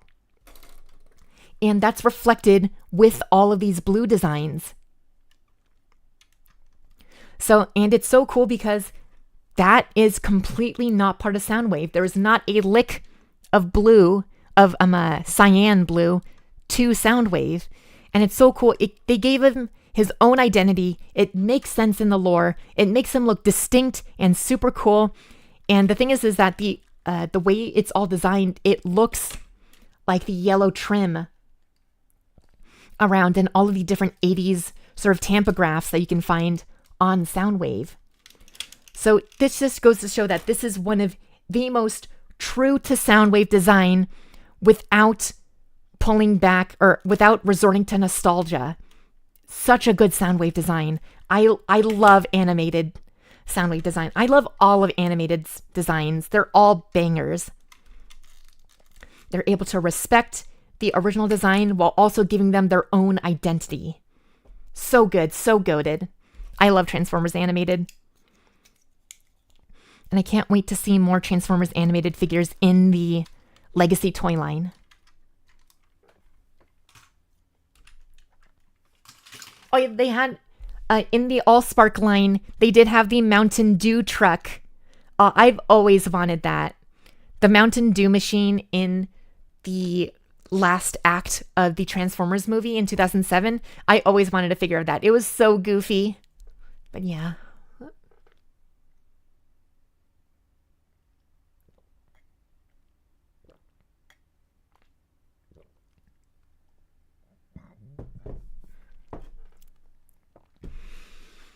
Oh yeah, if it's going to be a G1 Soundwave, the fandom will demand cassette storage. Other continuities like Anime and Prime can get away from chest storage. That is true. I think we just need to leave Generation 1. I know it's a lot, it's evergreen, but as someone who grew up, my first Transformers, like I did not grow up with Transformers as it was airing. I'm not that old, but as someone who grew up watching the Generation 1 cartoon and all that stuff, it's like I am tired of Generation 1 junk. I'm so tired of it. The Missing Link stuff is the only Generation 1 stuff that I actually, like, I will throw all my money at. I love the concept of Missing Link, but for Generation 1 styled stuff, I'm not really into. Yeah, give me more IDW figures. If we got a Hasbro IDW Optimus, I would nut. I would just straight up nut. Like, that is peak design. I think Optimus is so attractive in his IDW 1 design. Oh my god. I don't know what it is even about that. I think maybe it's the character of Optimus in those comics combined with how he looks. But man, Cybertronian Optimus IDW, so good. So good.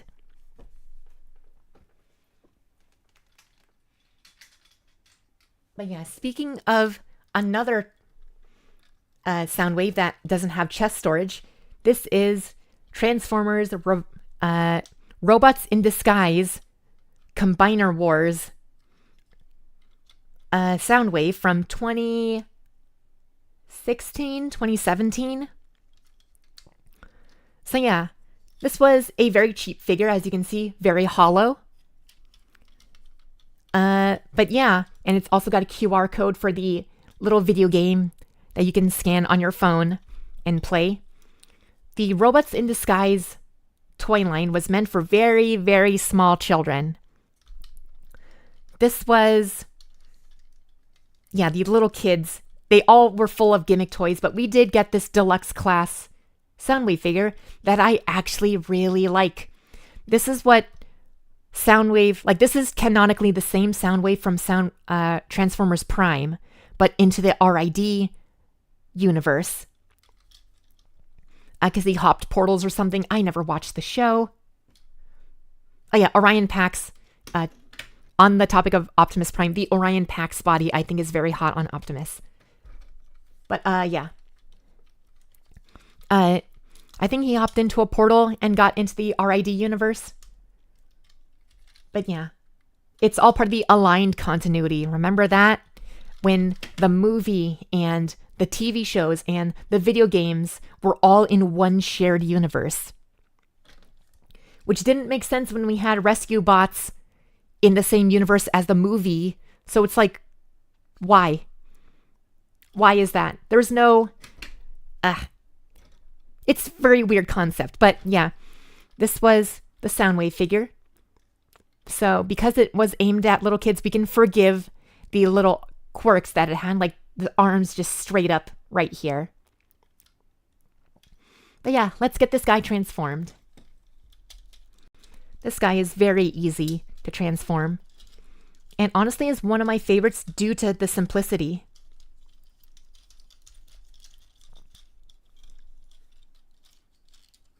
Oop. And then we move the arms. Right? No, we do this.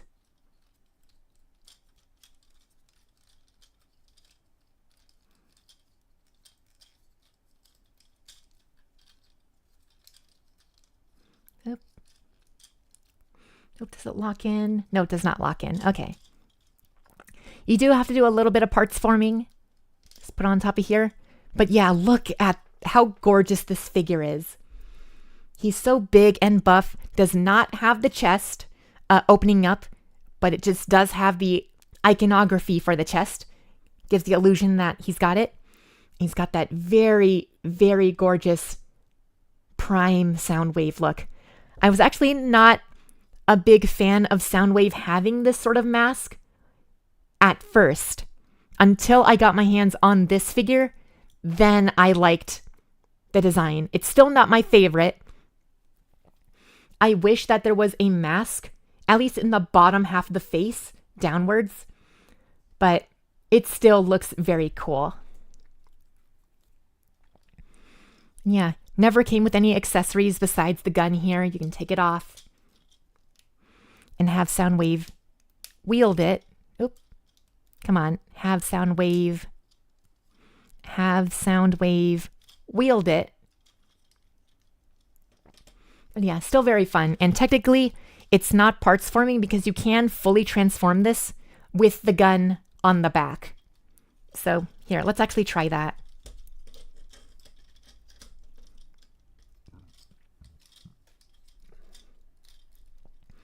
Yeah. Also, the way it transforms is also super unique because... Here, let me show you how it works. So here's what the arm looks like. Yeah, it is a little bit hollow in some parts, but I think the design is pretty good. So you move the rim on top, then it swings out like that, and then you fold the flap down that covers the gap. And yeah, I don't know, I just really like how it feels whenever you do that transformation. Right, and then we move the head back. Whoops.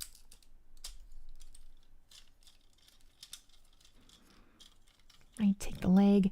And it's so cool that it uses the hollowness to its advantage and the big chunky wheels, because a lot of Transformers, they just, like, that's their leg. They have the big chunky wheel on the outside, but they're able to actually fold it inwards so that it has a neat design on the side, but it doesn't compromise the profile of the figure. So good. Honestly, this figure was a sleeper hit.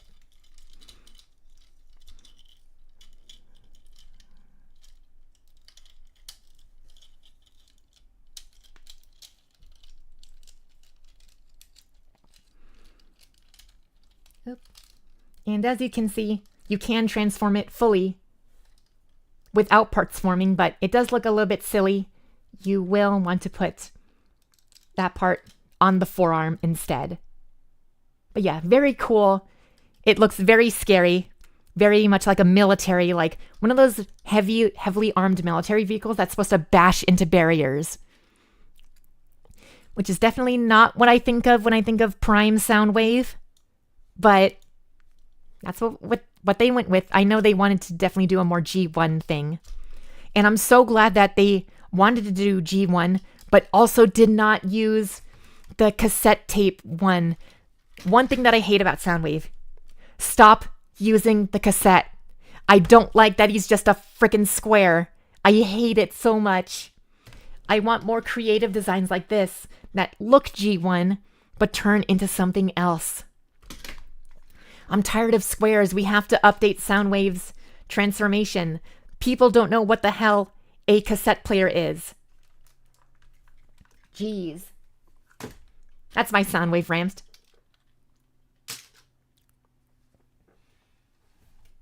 And then I totally forgot to talk about this Soundwave. But this is the Kingdom Soundwave figure. So this was supposed to be a direct sequel to this figure. It came out right after. Yeah, this is essentially just a Masterpiece Soundwave, but very tiny. Oh wait, I should probably show you a 360. Yeah, it's got everything you need in a Soundwave. Got the two little blasters and stuff. It even has an opening chest piece with a very small and easy to lose laser beak. Honestly, I don't mind it. I don't mind the chest piece opening up because it's so thin and it doesn't compromise the transformation.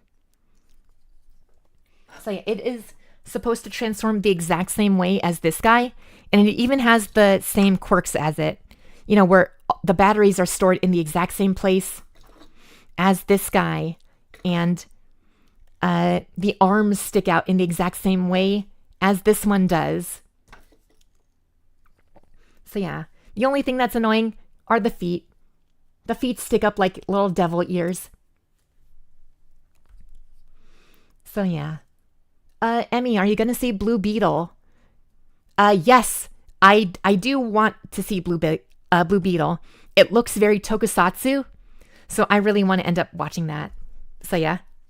Anyways, back onto Soundwave. Very easy transformation. Like I said, almost has the exact same transformation as this guy, but just condensed into a $10 version. Which, when you think about it, this was a condensed version of the Masterpiece. So in a way, the core class Kingdom Soundwave is just a condensed Masterpiece for 1/13 of the price. So yeah, let's get this guy transformed.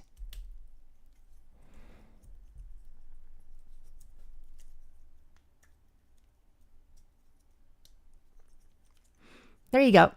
You got Soundwave right there. And you can put the battery in one hand and the thing in the other hand. And you have a very good Soundwave for...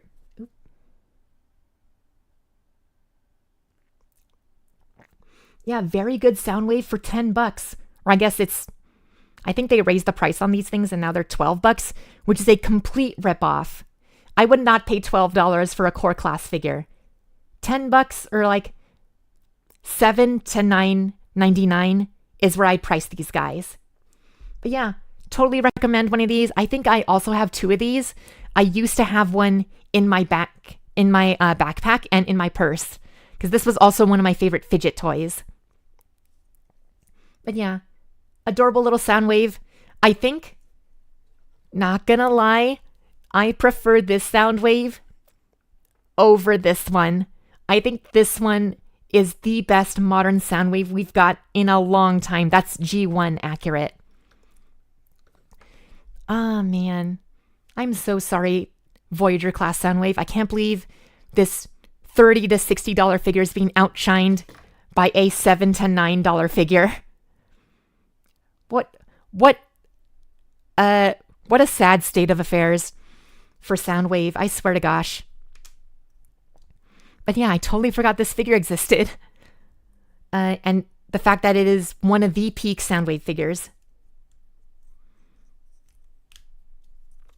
Yeah, you can actually buy upgrade kits that actually come with smaller feet that fold in.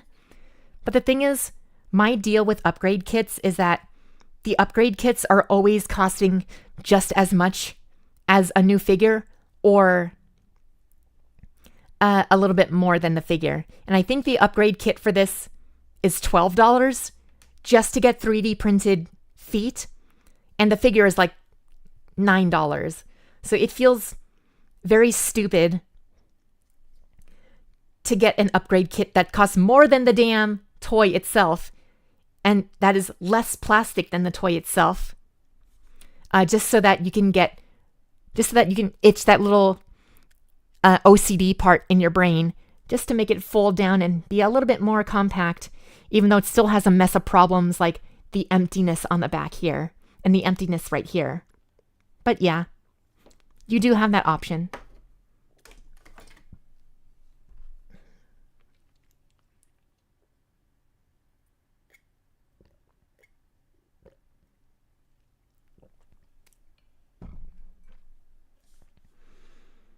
Oh, I just realized that, has it been the past hour where I don't have my desktop audio on? Oh geez, I've just been listening to this lo-fi music and you guys haven't been able to hear it, man. I am so sorry, everybody. It's probably been a bit too quiet in here. All right, let's go on to another sound wave. I have 4 more sound waves to show you guys.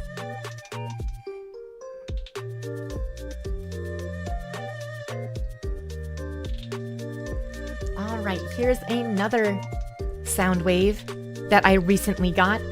It's the Transformers War for Cybertron Deluxe Class sound wave. There are 2 versions of this video game sound wave, the Deluxe Class and the Voyager Class. I mean, I was only able to find the Deluxe Class, so I got this one, but I do want the Voyager Class. However, I have a thing about if it's not G1, then I don't want multiple of the same vehicle. And if I have, I already have the deluxe one. I don't think I really need the Voyager class size that actually has all the chest stuff. But yeah, this was War for Cybertron. This came out in 2010, I believe.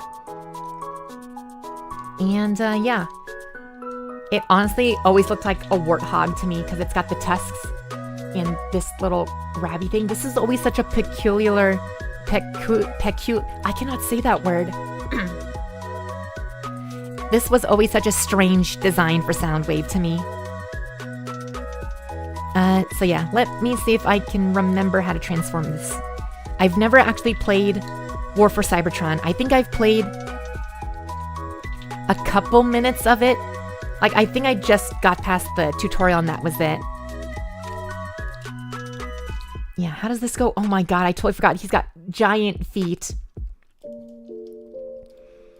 Jeez, and you know what they say about guys with giant feet? They've got really big shoes. Is that how this is supposed to work? Do these not move? I could have sworn they moved. Oh, yes, they do move. Okay, they slightly move. Right, then you move these things down. Move that. Then you split these apart. I think... Oh, God. I hope I don't break anything.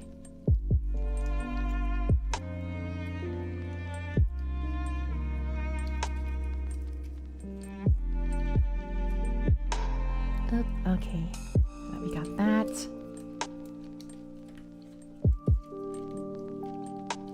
Ooh, there we go.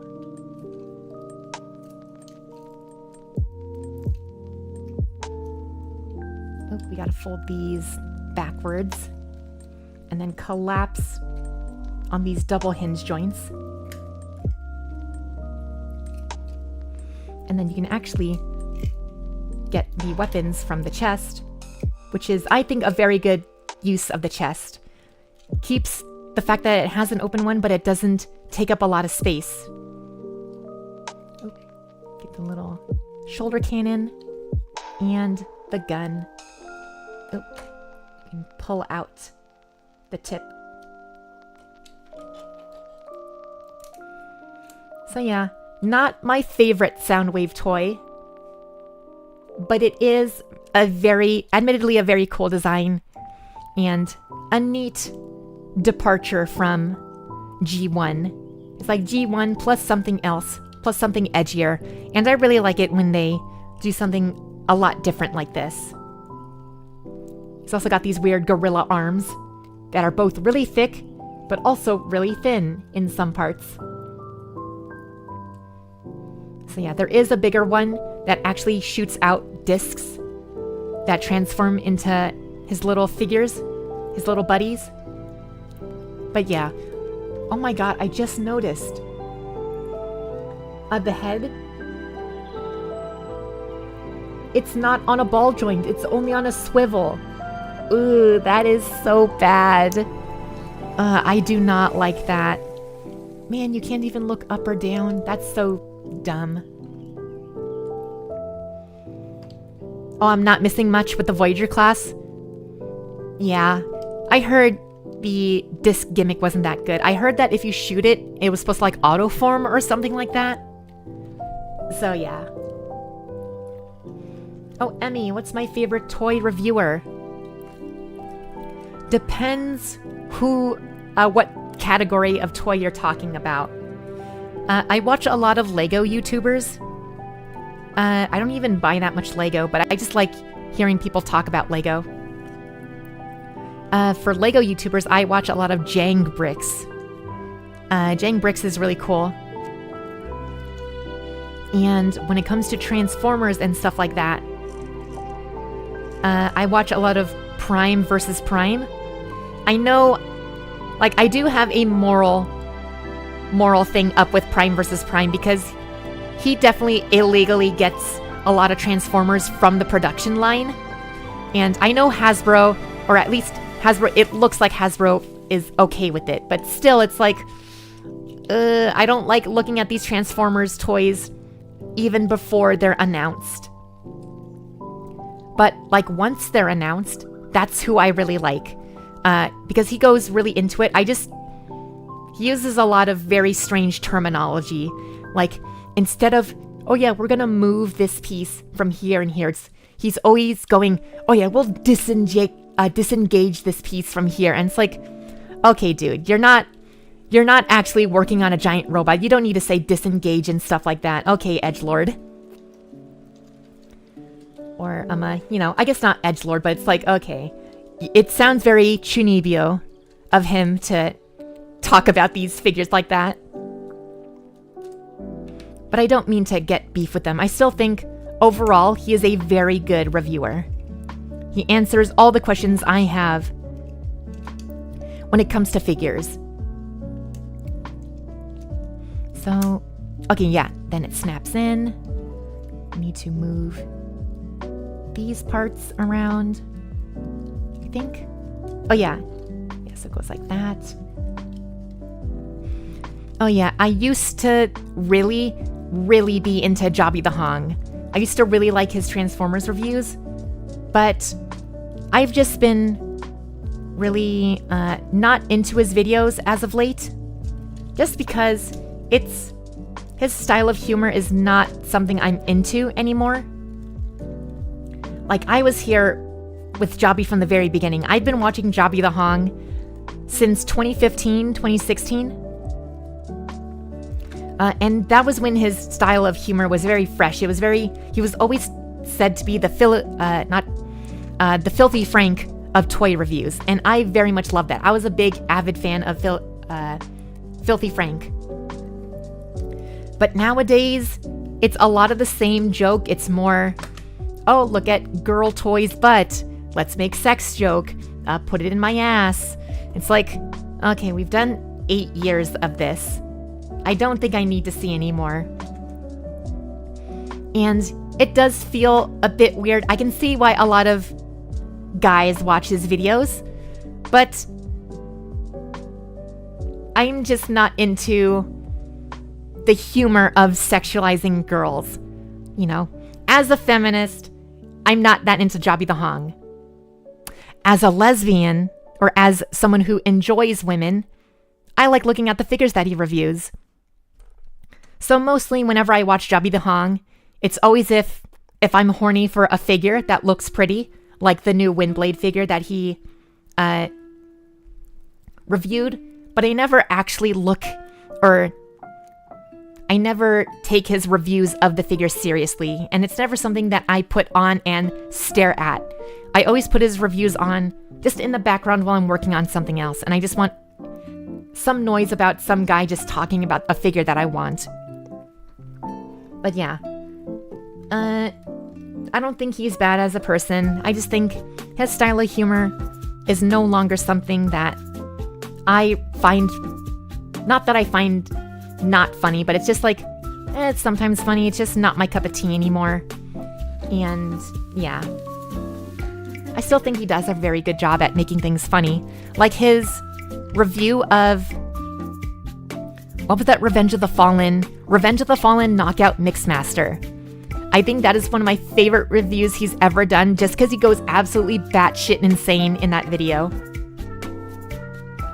And every time he talks about Gundam, and he's always got the Gundam ghost in there, I always find that pretty funny. But again, it's a lot of the same jokes every time. So, but yeah. Overall, I give Jobby 2 Godzilla kisses. Not the full 3. But also because of Jobby, I've always wanted a Figma Madoka Kaname, SH Monster Arts Godzilla, and Masterpiece Optimus Prime all together. I've always wanted that. And yeah, and now he uses the Masterpiece third-party knockoff Magic Square Optimus, and I really want that figure. That Magic Square Optimus looks so good. So good. A lot better than MP44. The only joke that I actually like about Jobby the Hong is about the back kibble. I completely agree with the back kibble stuff. It's like, you don't need to have all this back kibble. We have modern engineering to where you can take the back kibble and put it on different parts of the body. But yeah. Yeah, I guess we'll move on to the next sound wave. Do I have a Discord server? I do not. Do I look like I have the moderation team for that? Yeah. Definitely, I don't think I'll be doing a Discord server in a long time. Unless I get big enough to where I have some moderators who can work on that. But yeah, other than that, nah.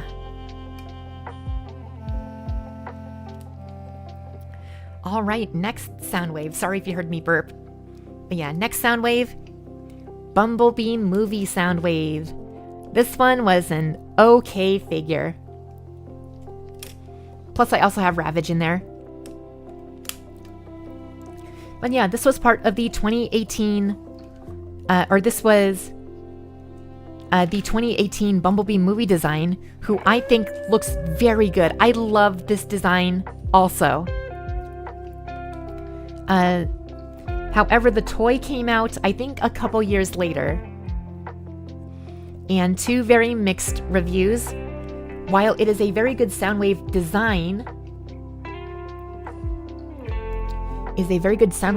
it is not a good toy. And you definitely need to get Ravage in order to get the full experience. Great, I have to use my SIM card. Come on. Oh, I just bent that. And I just broke that. Okay, well. There we go. Yeah, it is not easy to get Ravage out of here. You do need to get Ravage in order to get this, this part. Ravage comes with this, like, plugged in on top, but if you've seen throughout the review, this part is meant to replicate the original blaster tip of the gun for Soundwave, so you had to buy Ravage in order to really complete Soundwave's look with that part. But yeah, we'll go look at Ravage first. Yeah. I also have 2 Ravages because this is also an excellent fidget toy to bring along. Throw it in your purse or whatever. Yeah, it turns into another Space Nothing. It's just a rectangle block. But what I found interesting about this Ravage is that it looks more like a wolf than a cat. Oh, and you do have to parts form. You have to take off the little butt thrusters. And you have to plug them onto the legs.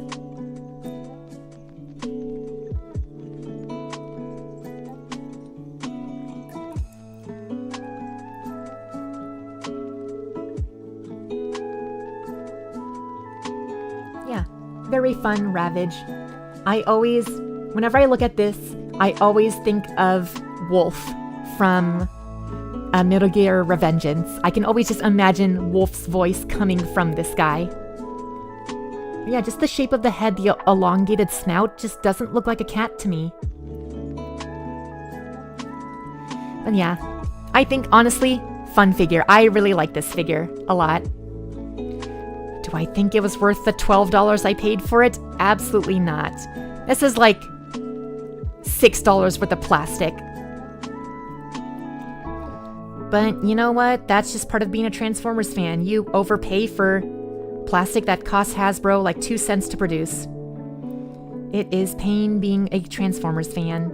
Let's be real. How do I transform this back? Okay, and then I go... How do I... Okay, yeah, like that. Hook that into place, and then... Does it go like that? Oh, I have to hook it up right here.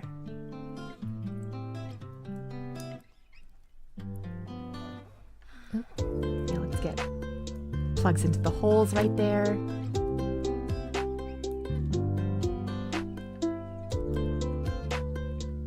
Okay, there we go. Now we can just put Ravage back into Soundwave's chest. Oh wait, we need to swap the guns out. Okay, there we go. Now we can open up the chest, put it in here. So yeah, Soundwave is an okay design. I really like the thick thighs. I like that the chest is not too wide. I like it, so when it comes to proportions of Soundwave, I like it when the hips are the same level as the chest width, or the hips are a little bit wider. I like them grabbable hips, you know? But yeah, overall design of the toy, not too bad. The one thing that annoys me is that, look at how the shoulder is done.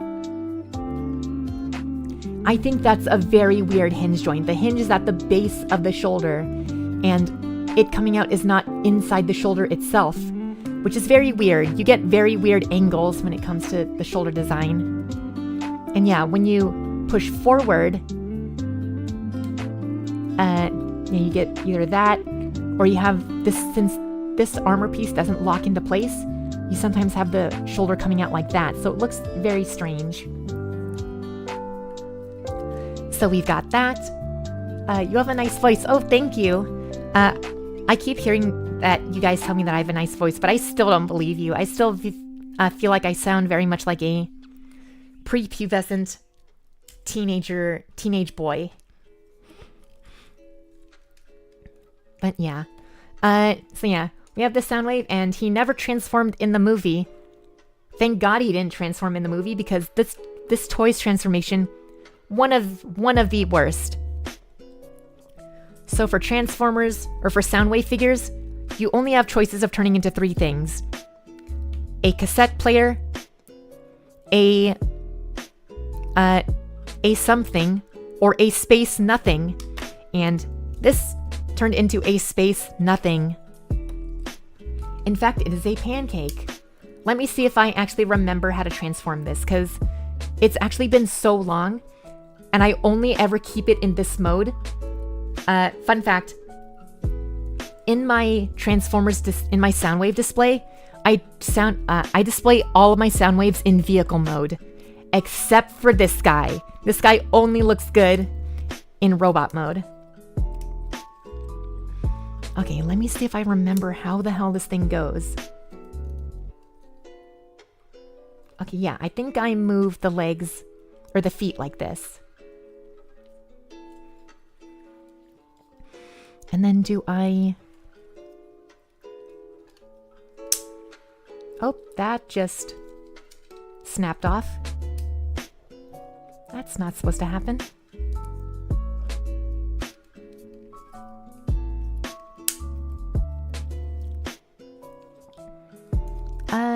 Okay, I think... Oh, this one's supposed to go into the side of it like that. Not on the outside. Right? It goes something like this. You fold down this part. Oh, we have to... Wait. Do we have to put the feet sideways? Yes, we do have to put the feet sideways. Okay, yeah, because that plugs in on the side. No, that doesn't... It doesn't feel right. Here, let's move the feet out of the way. How the hell does this thing work? That's also how you know it's a bad Transformers toy, when it's not intuitive. Because when it comes to Transformers toys, I actually really like transforming them without the instructions. So that's my problem.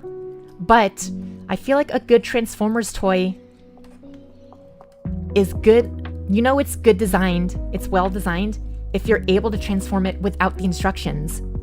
And for the most part, I'm able to do that. But for this figure, it is very hard to figure out where the hell everything goes. Oh yeah, I totally forgot that. You need to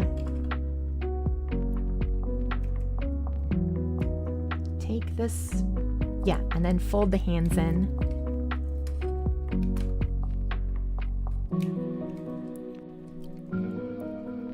Okay, and then it plugs into, yes, okay, it plugs into the sides here.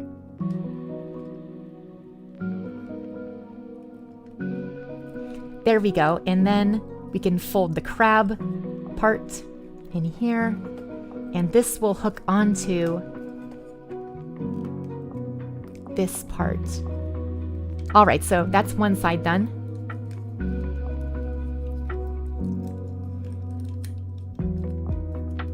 Right, there we go. And then let's just collapse everything together.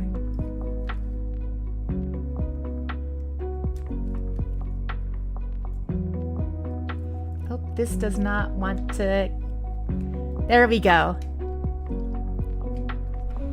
Yep, this is what Soundwave transforms into. What is this? Yeah, it does look like a snow speeder from Empire Strikes Back. Okay, now I kind of like it a little bit better. Oh yeah, and we can move out the crab claws. It's literally a freaking square. It's like they wanted it to be so G1 that they didn't even transform it into a cassette tape player. They just transformed it into a shape. This is such a pathetic excuse for a transformation. It's a frickin' pancake. And then you can add the weapons in onto the side.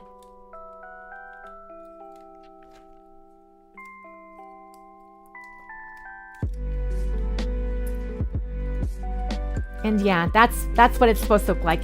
It looks like a freaking space invader. It's just gonna go like boop, boop, boop, boop, boop, boop, boop, boop. That's what it looks like. Oh my god, it's so strange. Oh God, are we going to go on a tangent about Star Wars? Oh Lord. Empire Strikes Back. I actually have not watched Empire Strikes Back in a long time. I think I went on a binge of watching every single Star Wars movie before episode 9 came out.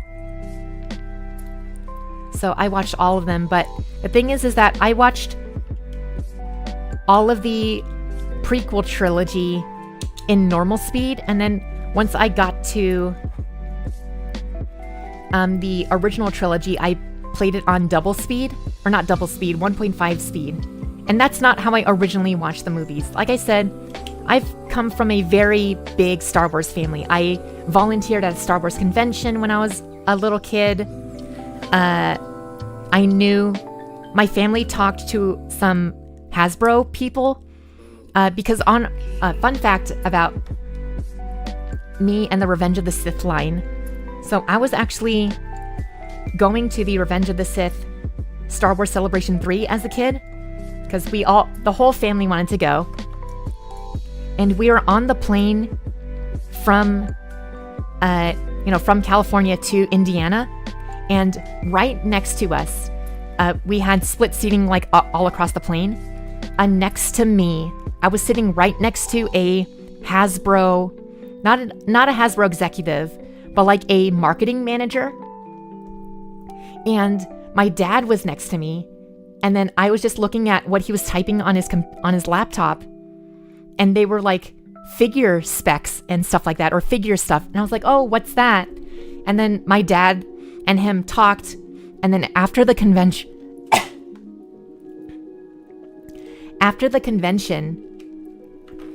we get back, and it turns out that my dad and the guy, oh geez, I need another sip of water.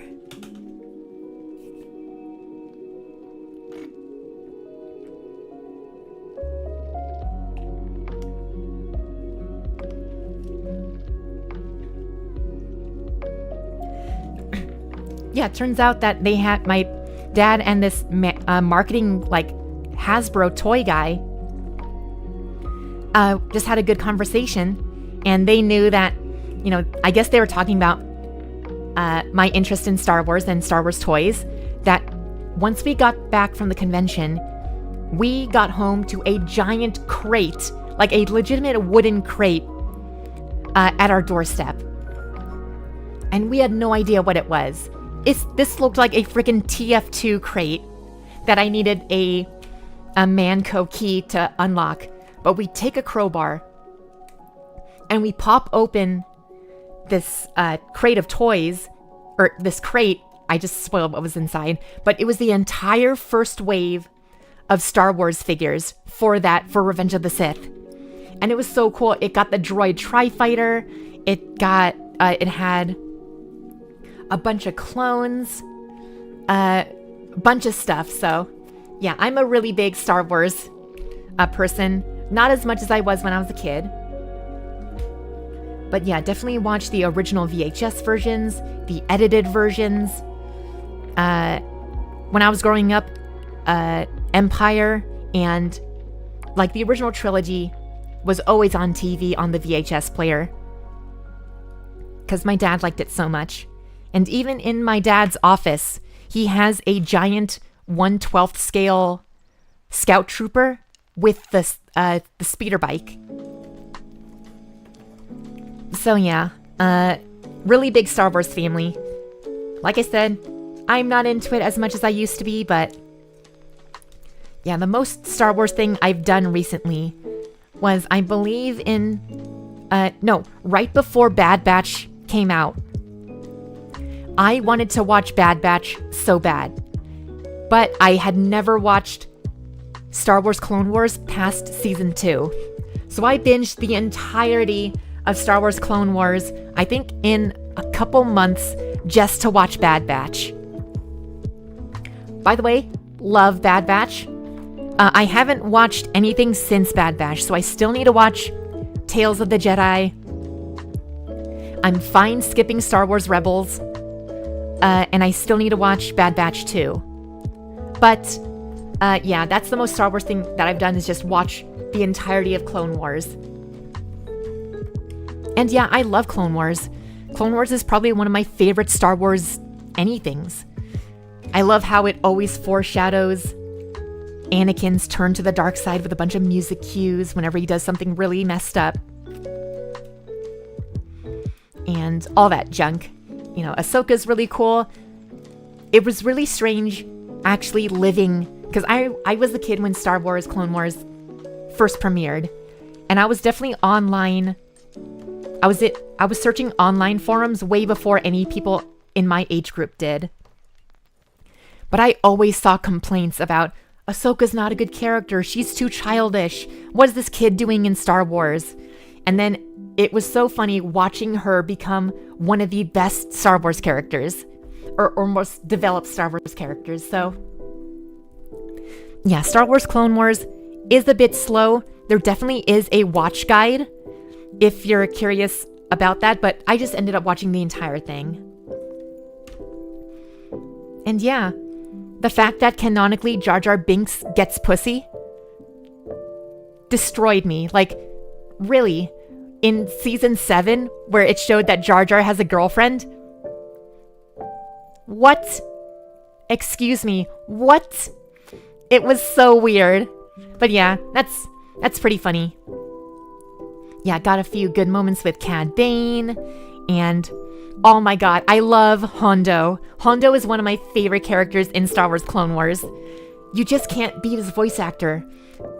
I'm so bad with names. What is his voice actor's name? Because he's the voice actor for Hondo is actually the same voice actor for Winnie the Pooh and Tigger. I should know his name. I was just watching a TikTok about him. I forget. But yeah, Hondo is one of the best characters in the entire show. I love him. And I really hope that he gets into live action one day. I know that if you go to Star Wars Galaxy's Edge at Disneyland, and you go there right when they open, Hondo is the one who's actually doing the, hey, welcome to Galaxy's Edge. I own this frickin' place. Own. You know, he's a pirate, so who's to say that he actually owns that place? But because they have an actor, Jim Cummings, that's his name. But yeah, since they have an actor at Galaxy's Edge doing the thing, and they actually have Jim Cummings' voice as Hondo, greeting people in, I'm hoping that Hondo appears somewhere, maybe in the Ahsoka TV show, because canonically he's still alive, even after the events of the sequel trilogy. So he's not dead. He's still in the universe. So I'm hoping that he appears somewhere in maybe Mandalorian season 4, the Ahsoka show, just anywhere in the continuity, because I love that character. And yeah, oh geez. Now I'm activating my Star Wars fangirl because I just love that character so much.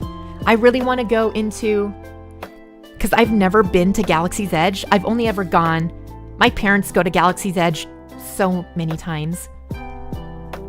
They're Disney fanatics. But I've not gone to Disneyland since before Galaxy's Edge was even made. But I know there's an exclusive Black Series figure of Hondo at the store, so I really want to get that. But yeah, I just haven't lately been into Star Wars.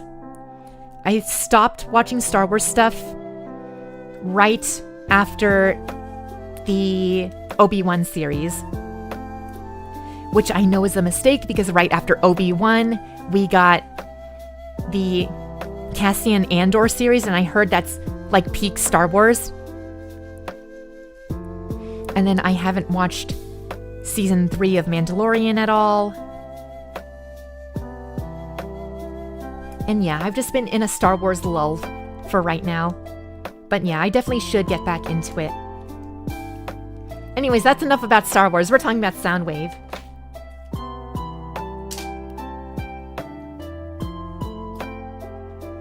Right, and here we have one of my favorite Soundwave figures. Controversially, it's the Dark of the Moon Soundwave. I like this because I just think it's a fun toy. I really like just simple cars, and I think this Soundwave epitomizes what Transformers is, just a very sleek car that you can imagine it being on your own street. And while it isn't Soundwave that we have come to know, I still think as a transforming car toy, it's still very fun. Did you see the teaser in Rise of the Beasts? What teaser? Are you talking about the end credits scene? Or was there another teaser for something else? I totally forgot how to transform this thing. Or is there a teaser for something else? Which thing are you talking about? How do I... Oh, that's how we do it. Okay. Oh, the end teaser. Okay, so for anybody who doesn't know, we will be doing... Okay, I will give you 30 seconds to turn off the stream, and then we'll talk about the ending of Rise of the Beasts, okay? Alright, fam, you got 30 seconds. If you haven't seen Rise of the Beasts, and you want to see Rise of the Beasts, then, yeah. So yeah, I guess in the meantime, I'll just transform this guy. I mean, to be fair, Rise of the Beasts is right now on Paramount Plus. And if you... I mean... Look, because it's on Paramount Plus, there are definitely other ways to watch it. Other very accessible ways to watch it. And if you haven't had the chance to get your hands on a copy, in whatever method you're thinking about doing, then you're probably not going to watch the movie at all. So, with that said, why don't we talk about the ending of Rise of the Beasts? Why the fuck are they fucking doing G.I. Joe and Transformers? Why are they continuing G.I. Joe? G.I. Joe, Snake Eyes Origin, that movie sucked ass. I was so disappointed in theaters when I saw that. Why are they so persistent on keeping G.I. Joe as a movie property? And then mixing it in with Transformers. Why are they doing that? I don't get it. Also, this part is very annoying. I just parts form. Why are they doing G.I. Joe and Transformers? I don't get it. It's so weird. I don't understand. They didn't... Okay, and the one weird thing is that when they did the reveal, they opened up, like, the DMV doors to the warehouse. You'd think there would be something G.I. Joe in there. No, there was a freaking giant space frisbee that they were working on. And I've come to realize that space frisbee is actually Scourge's ship. But they never tell you that. I looked at that space frisbee and I thought, is that like a Cobra thing? But yeah, I don't get why they're doing that. I mean, if they're gonna follow the IDW1 comics, then sure. You know, that would be interesting, you know, having Thundercracker on the team and having Thundercracker with his dog join the G.I. Joe and show the horrible crimes that G.I. Joe were doing, because in the comics, the G.I. Joe got all of their technology from dissecting and torturing Transformers. So it actually shocked me when I saw that, when I was reading the Transformers G.I. Joe comics, and the good guys, the G.I. Joes, they captured Blitzwing, and they were torturing him by keeping Blitzwing alive, but taking apart bits of his body in order to create G.I. Joe jets and all that stuff, and it was so fucked up. And I really like that aspect because it really shows, you know, in war, you know, there's a lot of different sides that people can take, and some people just don't realize that they're doing a bad thing. And I really like that aspect. But at the same time, it made me deeply uncomfortable seeing a Blitzwing beg the G.I. Joe to kill him. Like, it was really messed up. But, you know, they could do something really interesting if they do that in the movies. Not that exact scene. I mean, they could do that exact scene. But they could do something like that where, let's say, the G.I. Joes are dissecting Transformers and they don't know that they're good guys.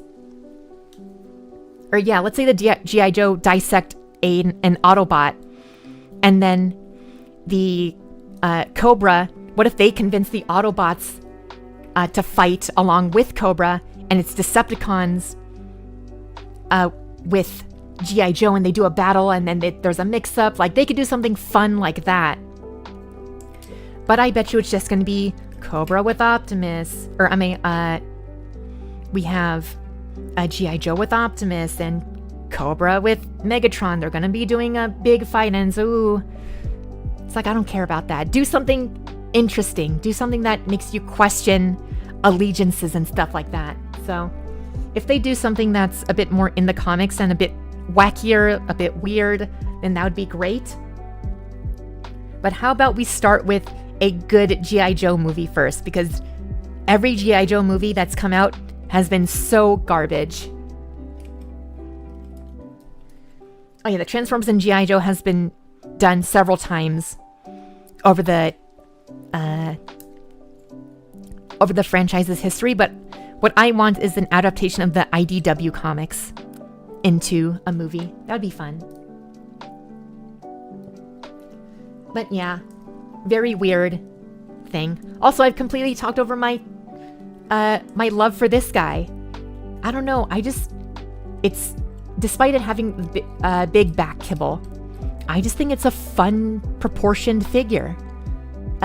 Okay, now you guys can see it. I just think it's a fun proportioned figure. If they release this with a different head sculpt. Oh, come on, focus. Focus, you stupid camera. Yeah, if they released this with the Revenge of the Fallen head sculpt and in all blue, I would say this is the perfect Soundwave. Even comes with a little laser beak that you can clip on to his hand. Weirdly enough, it did not come with a gun, which is weird because Soundwave had two of them. He was dual blasting. So yeah. Yeah. Anyways, good figure. I like it. I think it's underrated. Just because it is a Dark of the Moon figure and it's a movie figure and it's not the Soundwave we wanted at the time. I think maybe not as a Soundwave it's a good figure, but as a toy of a robot transforming into a realistic car, I think it's very good. And now the nightmare of transforming this back, because I know it's a little bit difficult to get everything in place once you have transformed it. Yeah. How do I...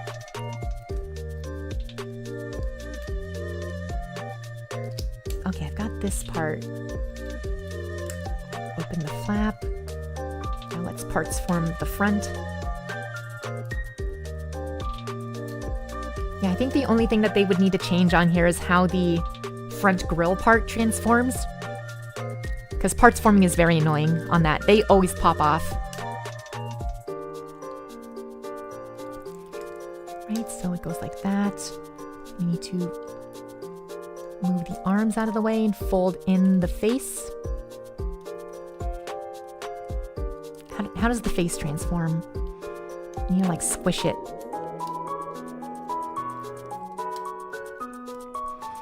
How do I push this forward? Oh wait, I have to combine the arms first. And then pull it forward. Oh, this is the very scuffed. Just pushing everything together. Oh wait, I need to push. I'm gonna move the crotch back. Nope. Is it not going through?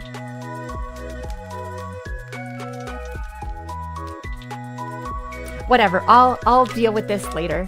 Yeah, it's like a Rubik's Cube of Transformers. It's very intuitive to transform it from car to robot, but not from robot to car. Either way, I still, despite my scuff here, I still think it is a fun figure.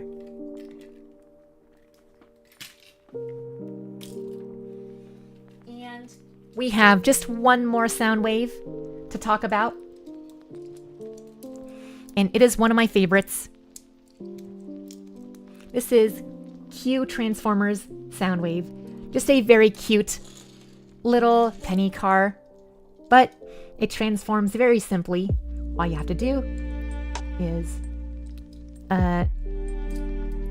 open up the back, take out the feet, and then take the arms out of here. And then dramatic head reveal. Look at this. This is the most adorable little Soundwave, if this thing will focus. Look at that, so cute. I love this little dude, and sometimes I actually like to fold the arms inwards so that these look like subwoofers. One of my favorite figures, but the thing is that I want this as a little toy on a keychain that I can carry around, but Q Transformers are so rare. I wish they still made these figures. So if you do want a Q Transformers Soundwave, it'll cost you like 40 bucks just for this thing. Yeah, he's a baby Transformer, and I really like these figures, but they had such a short lifespan, and these were only made in Japan. These never made it across the sea, across the Pacific. But yeah, very cute. I have Soundwave, and then I also have RC. I have actually RC still in box. But yeah, one of my favorite figures. I wish I had another one. And that is the end of the Soundwave showcase. I do have more Soundwave figures. I have 35 Soundwave toys. But, you know, I only have enough time to show you the ones that I had now. And yeah, I also promised that I'm going to be showing Transformers toys that I'm going to be selling. So we'll just take the next 30 minutes to talk about the ones that I'm selling. So I've got some really good ones to sell. I will make a listing on Twitter somewhere this week that if you do want these figures, just hit me up on Twitter or reply in, not hit me up on Twitter, but in the Twitter thread, just reply in, on the listing thread, and then I'll reach out. And it's first come, first serve, of course. So yeah, let me show off the first figure that I'm going to be selling.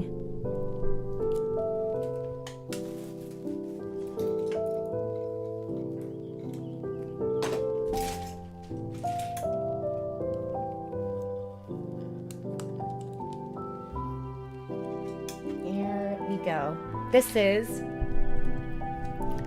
Earthrise Megatron in Generation 2 green and purple colors. Why am I selling this even though it is green and purple, which is my colors? It's just not a good figure, I think. I think the Earth mode Megatron is vastly inferior to its Cybertronian mode. I just didn't think it was as good. But yeah, selling this guy, I think we can do $20 for this guy.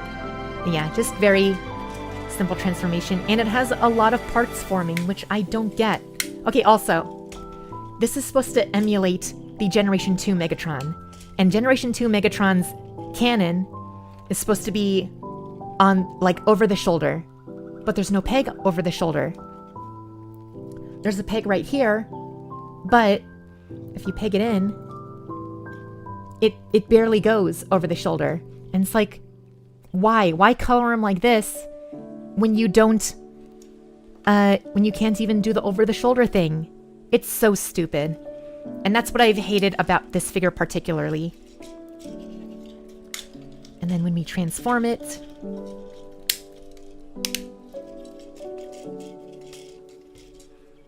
okay, yeah, we turn these around. Turn the legs around.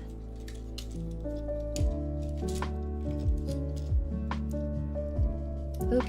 Okay, let me get the leg. There we go. Legs in the right position.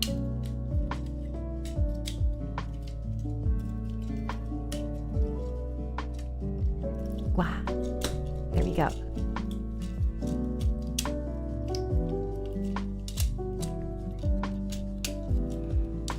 Right, get everything to snap into place. Okay, also one thing, it comes with this little stupid gap filler. And it's like, okay, you just have to put it in, but why not design the robot mode so that it doesn't need a stupid another piece as a gap filler? That is so dumb. Why? Why design it this way? It's not even that easy to put it in. It's very difficult, actually. You have to put in a lot of force. Am I even doing it right? I don't think I'm doing it right. Wait, did I... Oh, I think I put the... No, I transformed it, right? Right? We put it on here, I think. Right? As you can see, it's a very weird figure. And then, of course, we put the fusion cannon. And then this thing is just a freaking... Why does it have such a stubby sword? It looks like it's supposed to be like a spear, but you can't hold it like this. And then you just shove it in. Admittedly, it is a good-looking tank mode, but for a Megatron toy, I don't think it really fits. Because like I said, Megatron feels like the kind of guy who doesn't care about being disguised. He wants his presence known. So why would he scan a real-life tank? It doesn't make sense for him. But yeah, I'd say $20 for this figure, because it is a Hasbro Pulse exclusive that I got. So yeah, I'll put this up. $20. Prices are negotiable, so if you don't think it's worth $20 and you want it for a little bit cheaper, maybe we'll talk. But yeah, it's an okay figure. Rolls fine. But yeah, this one's going into the sell pile.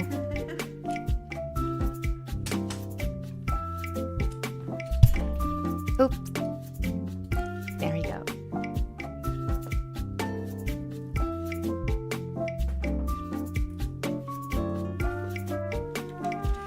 Okay, this one might be a little bit of a surprise that I'm selling, but I just don't have the space for this figure anymore. And it is Nemesis Prime from Power of the Primes. This was an Amazon exclusive back in the day. And if you know anything about this figure, you know it's very special because this in and of itself is a figure, but it also turns into it also combines with the trailer. So, got that.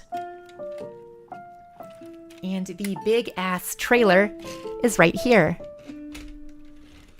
So it is massive, this thing. So this was a leader class toy, so it's very chunky, but it is part of the Power of the Primes line, so it's very hollow, it's very gappy. The stickers aren't the best. But yeah, it did come with a bunch of fun stuff. Came with these turrets on the side. And yeah, you can just fold these in and now it's just a regular trailer. It also came with an exclusive sword. I think this is referencing something from the... what is this? Like the Robots in Disguise, maybe? Because I think that version of Nemesis Prime, or Scourge, I guess, came with this sort of sword. And then also comes, I have no idea what this is, like who this is supposed to be, but it's a little transforming sword. See, it's a sword. Fold it back. There you go. Now it's a little bird. I don't know who this is, but the toy came with it. But yeah, very neat weapon. Here, and let's get the actual Nemesis Prime transformed. So yeah, as you can see, kind of a mid-Optimus Prime mold. But yeah, let's get this guy transformed.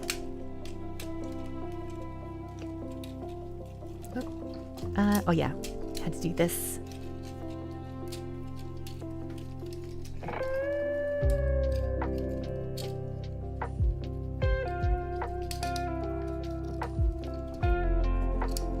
Oop, how do I transform this again? Ooh, it has been too long since I've transformed this. Okay, I think I need to do... Nope, how do I... Oh, I go like... Okay, fling these out. Then move the arms into place.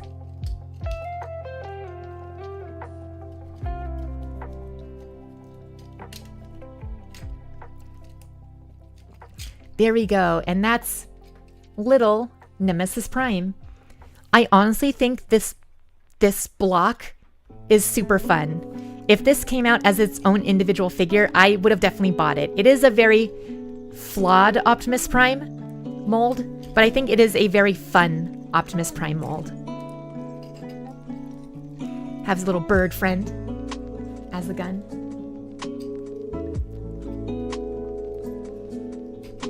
So yeah, there's that. And then there is another mode for this guy. So if you don't know what we're going to be doing next, you're in for a surprise. So I told you that he can combine with the trailer, but how he combines is the real weird part.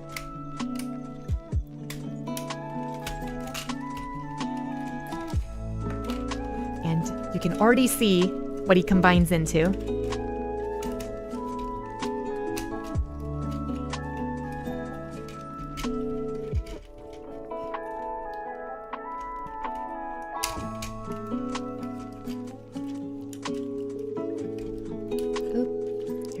Flip out the smokestacks.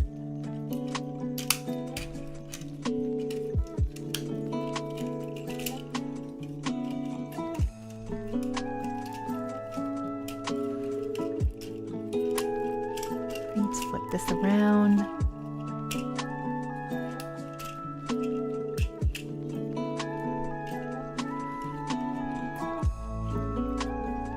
There we go, and look at that.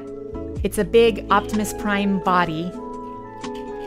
And then we can combine it with these Gatling guns, which look, honestly, they look a lot like the Transformers Armada arm cannons that Optimus Prime has. And they fit perfectly right on there. So. Right. And then we can upload, or link up the ARMS Micron figure to the sword. Insert the sword into his hand, insert the gun into his other hand. And man, that is straight up deadly looking. Okay, now I'm having second thoughts on selling this thing. Now, you know what? I am going to sell it. I don't have enough space for this. And then we take our little Nemesis Prime and fold him up. Then we fold them up like this, flip out the feet. Ooh, dramatic head reveal. Put the small head in, lay it flush. And you get the little chest block, and then you just slide it in. I think you just slide it in. There we go. Now you have a giant Nemesis Prime. Honestly, I really like this gimmick, and I used to have the Optimus Prime version, but that one broke, so I eventually just donated it. But I definitely do want another one of those Optimus Primes. The reason why I'm giving this one away is that I just don't like the color scheme. I wish there was more popping. Like, I wish there was a little bit of dark gray around here, but the only bit of dark gray is just on the thighs. Like, it feels too dark. I wish there was a little bit of popping in the light in here, and I think it honestly looks a little bit boring. Although and also when everything is all the same color, all of the design details sort of mesh together and just becomes a big design blob. So that's why I think the Optimus Prime version was way better. However, Optimus Prime version didn't come with the guns on the side, which I think make it really cool, really imposing. But yeah. How about... Okay, I'm set. I'm gonna sell this guy. How about... how much would I sell this for? Let's see how much it's going for online. Whoops.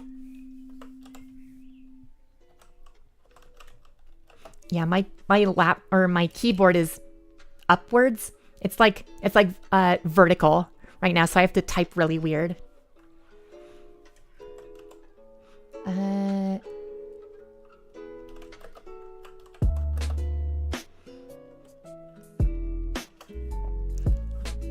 you go. Nemesis Prime. Okay, I'm seeing it being sold for $100. Let's see. Yeah, around $100. So how about if you guys want your hands on one of these, once I make the post, it'll be $60. So if you want this big guy for $60, be sure to look out for the post listing. And also, you can actually open up the chest and open up that part, the inner chest, and you actually get the matrix of, or the anti-matrix of leadership. So this thing is full of fun stuff, but yeah, if you wanted it, $60. I'm gonna put it up online for. So yeah, fun stuff.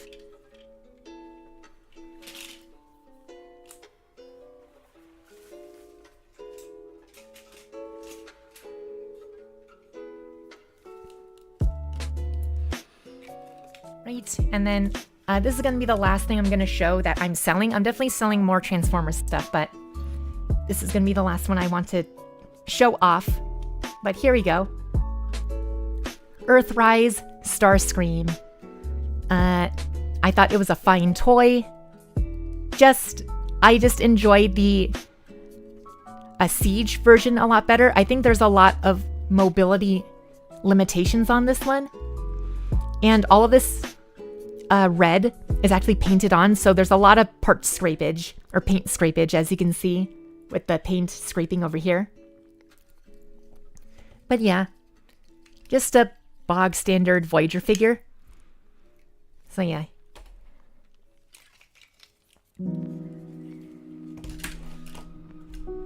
Yeah, you didn't think I was going to sell Starscream on his own. I have all three of them, and they're all going to be sold as a group. So yeah. I thought I wanted these because back then, a couple years ago, my goal was to have every Decepticon that appeared in Generation 1 in their Generation 1 modes. So I had a lot of these Decepticons, so I not only have these guys, but another group I'm selling is actually a Reflector. So yeah. I guess I'd say 50 for this one. But yeah, I have this guy, don't really want him, but yeah. Let's say 50 from a Reflector if you wanted Reflector. I do have the stand, it's just on the floor right now.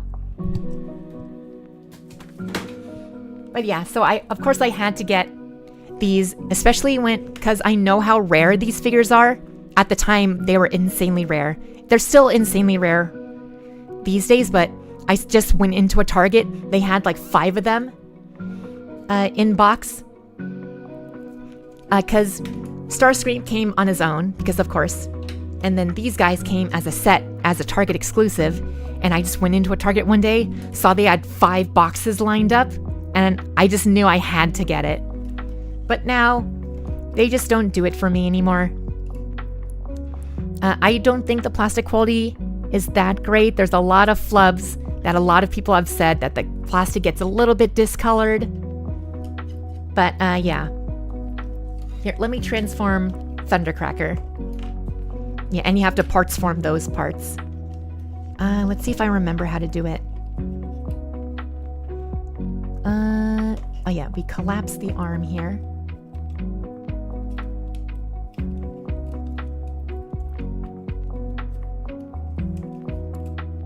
And now he's got little baby man arms. Megatron said it was my turn on the Xbox.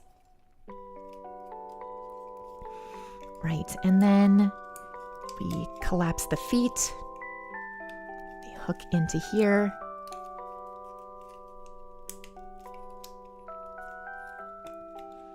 Oh, giveaway? No. These are not giveaways. I am selling these. I'll be putting up a Twitter listing with all the things that I'm selling, all the Transformers toys that I'm selling. So if you want any of these, be sure to look forward to when I make that listing. And yeah. Right. Do that. Oh. There we go. And you put the arms inside here.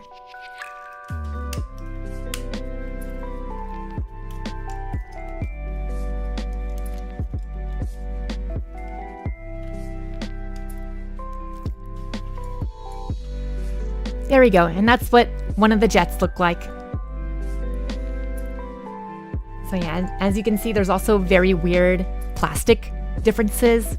Like this joint here and these fins are the same color, but all the other blue plastic is different. So yeah, I will be selling these guys as a set. So if you want to buy all of these as a set, I am willing to part with them for, how about as a set, $90? Does that sound good?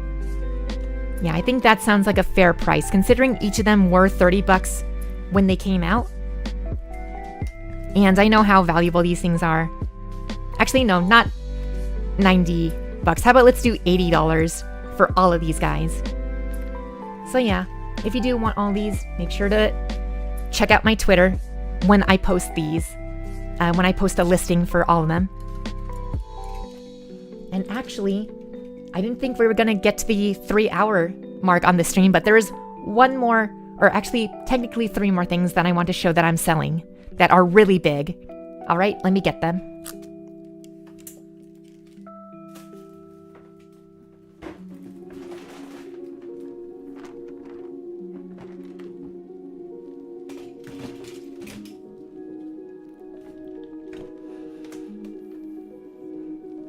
All right, fellas, are you ready for this one?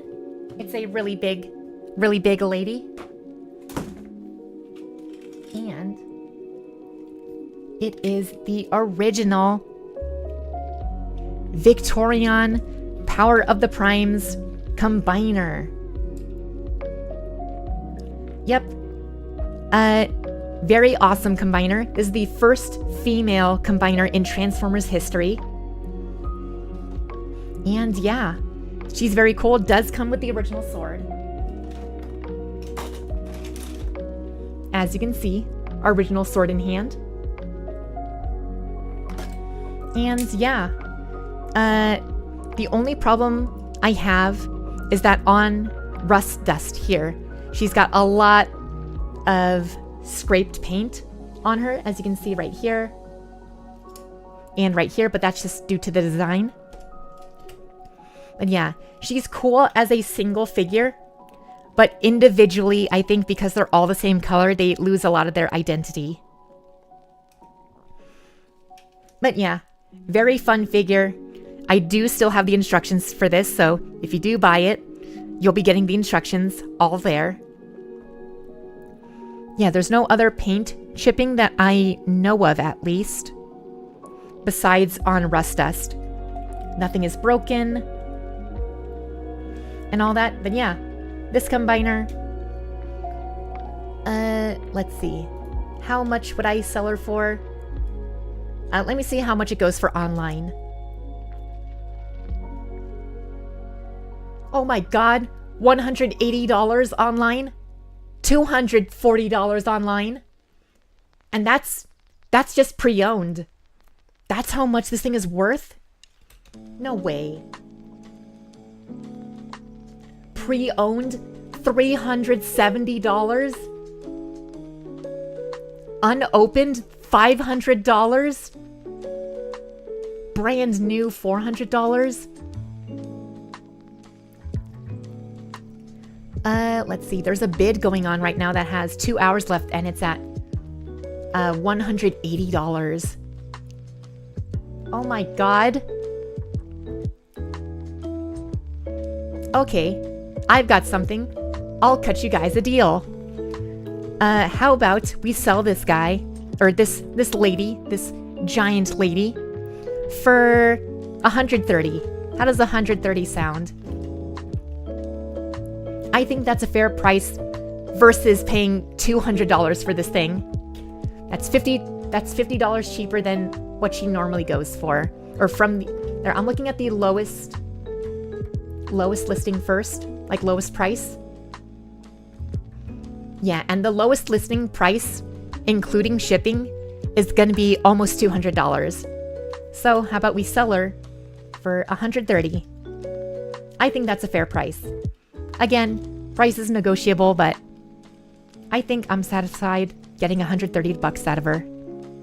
So yeah. And then, she's not the only combiner that I have to sell.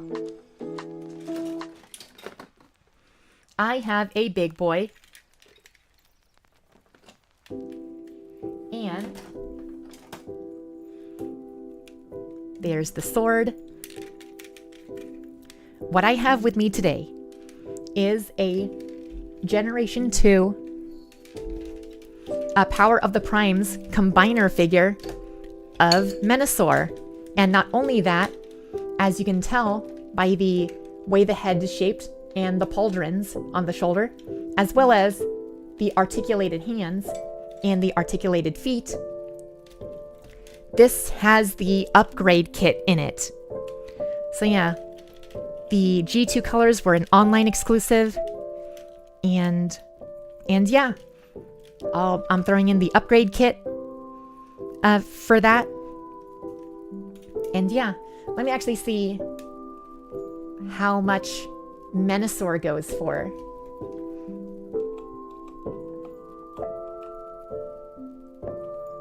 G2 Menasor.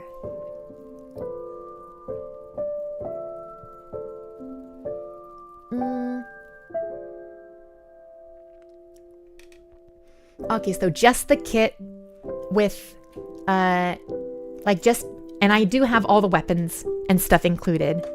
So without the upgrade kit, it sells for about $100.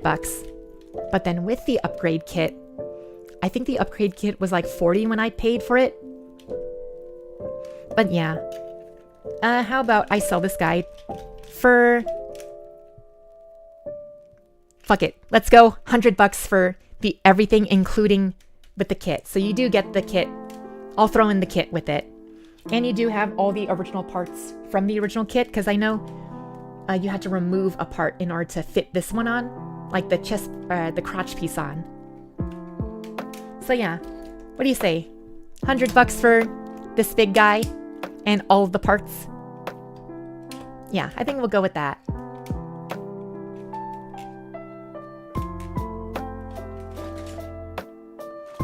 Ooh, now we got a really exciting one for the last thing I'm selling. Let's see. So the last one I'm selling is a big King of the Jungle, or should I say King of the Jungle back in the Cretaceous period, because the combiner that I'm selling is none other than, oops, if I can move them in onto the screen. the original Volcanicus. This was the very first time that the Dinobots as we know them transformed and combined into one big combiner. Technically, this is Hasbro's second transforming dinosaur combiner. However, this is the first time we have a combiner with Grimlock and the other guys in here. And as you can see, individual articulated hands, a different connector for the shoulders, has a different chest piece, different crotch piece with a literal cockpit,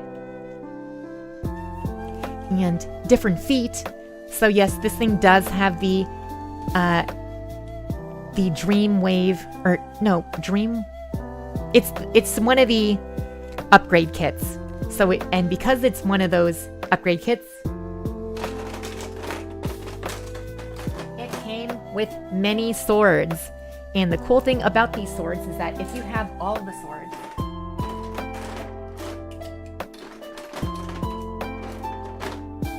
you can actually combine the swords.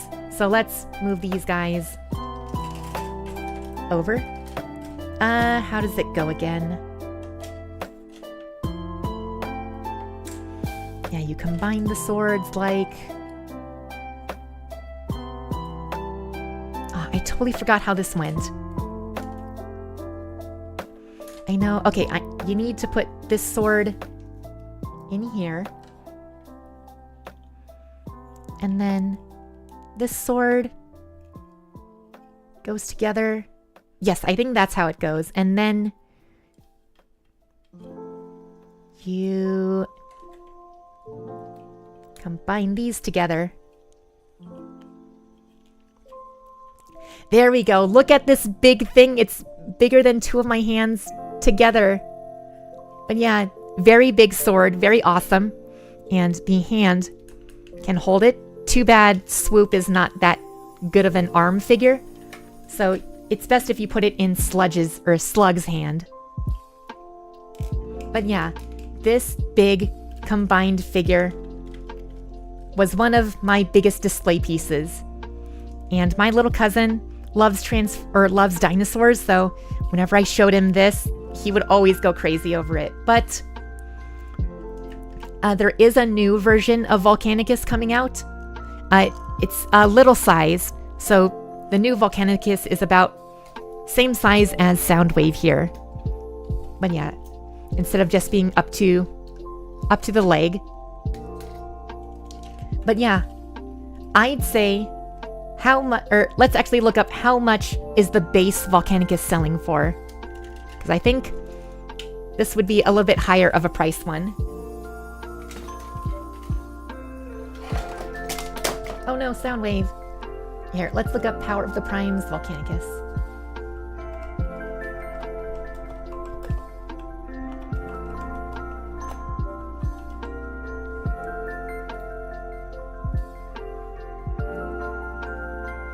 Right, and then go with lowest shipping first.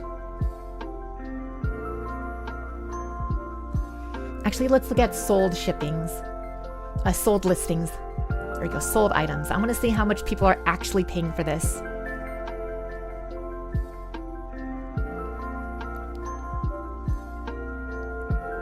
Oh yeah, there's a lot of knockoff ones. Oh yeah, there's a lot of knockoff listings for this guy. What? There's no way this thing sold for that little money. Oh, it was bidded.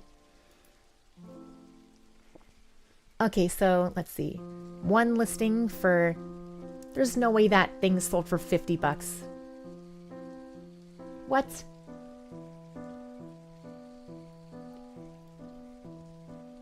Oh, did people really not like this figure? But there's a lot of generic knockoff listings, so I can't tell which listing is actually real. Because any of them that say new BPF is not a real one. I know that for a fact, because I did buy knockoffs of this exact figure.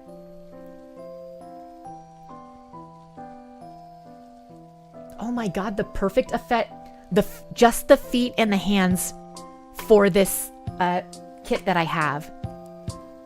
those alone go for $100. Okay. Okay, I'm seeing $100 normally for Volcanicus himself. So how about let's sell him for the exact same price as Menasor, and I think 130. Do you think 130 sounds good to sell my Volcanicus? Or maybe should I go lower? Again, prices are negotiable, so I think we'll have 130 for now, and then maybe I'll lower the price when I actually make the listing. But yeah, that was the last Transformer I want to show off that I am selling.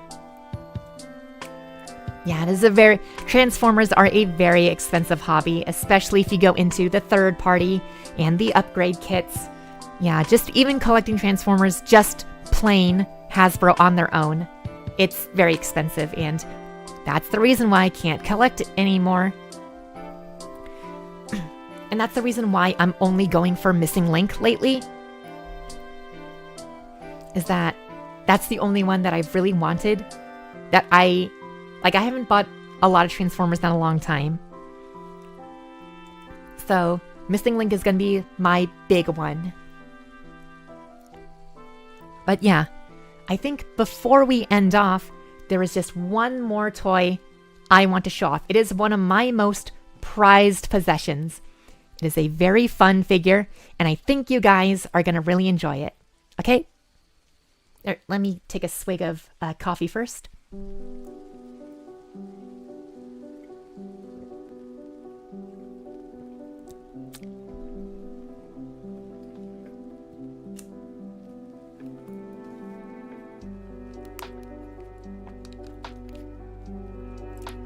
Oh man, looking at this Transformers figure, it makes me a little bit thirsty. But I don't want coffee. I don't want water. There is another drink that I think this figure can provide me, and it is none other than Pepsi Optimus Prime. Yes, I think this is the actual first not the first Pepsi Optimus Prime. There was one Pepsi Optimus Prime that came before this, but this is the first one that comes with the trailer. I know there was a second version of this, but that came out a little bit later. But yeah, this comes as a promotion for the, at the time, very new Pepsi Twist, which was when they had, it was a dash of lemon in Pepsi, and it came in an aluminum bottle. But yeah, the very first Pepsi Optimus Prime was just a regular Optimus Prime, but it had Pepsi stickers. This is the first time where it actually gets different coloring on the actual cab itself. And it's never been opened. I've never opened this up. But the thing is that I will have to open this up because this is my only Generation 1 Optimus Prime. And I want to do a direct comparison with this and the Missing Link Optimus that's coming out next year. But yeah, as you can see, a lot of English for a Japanese-only toy. Pepsi-powered convoy rolls into action to quench the thirst of all sentient beings. Got Pepsi Convoy in here. Came out 2005. And if we look on the back, you can hold one aluminum bottle of Pepsi Twist. You can hold 3 cans. And this is so 2000s, but remember when bottle caps were a thing? Collectible bottle caps?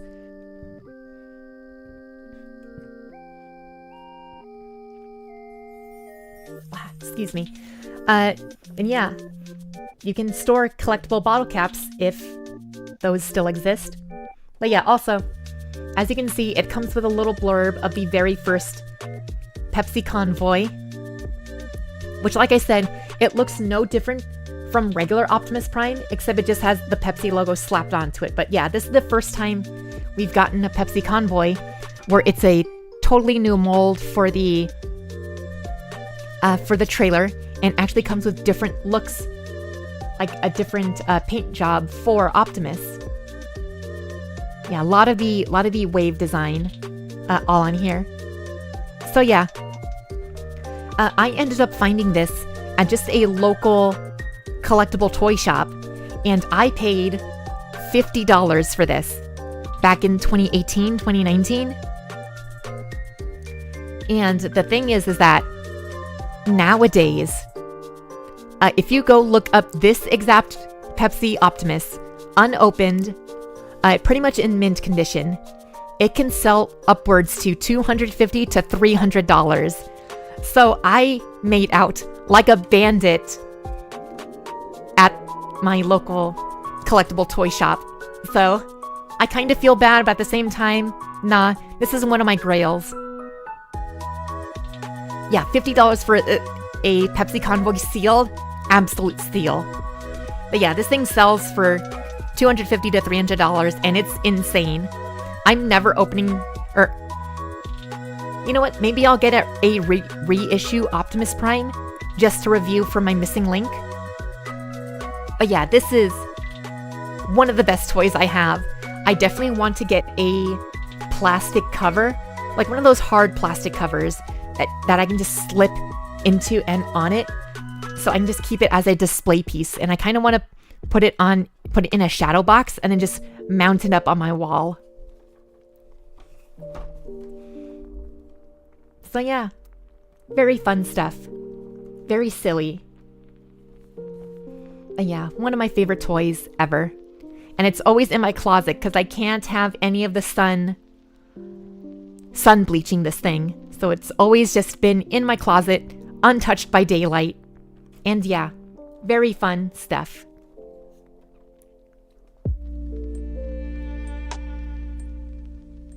And man, when it came to the Transformers I was showing off, I only got to one box, even though I have 4 boxes of Transformers. So maybe that'll be for another show and tell stream. So yeah, I think we will end the stream off now. I do have places I need to go and stuff, so I think we will end it off right here.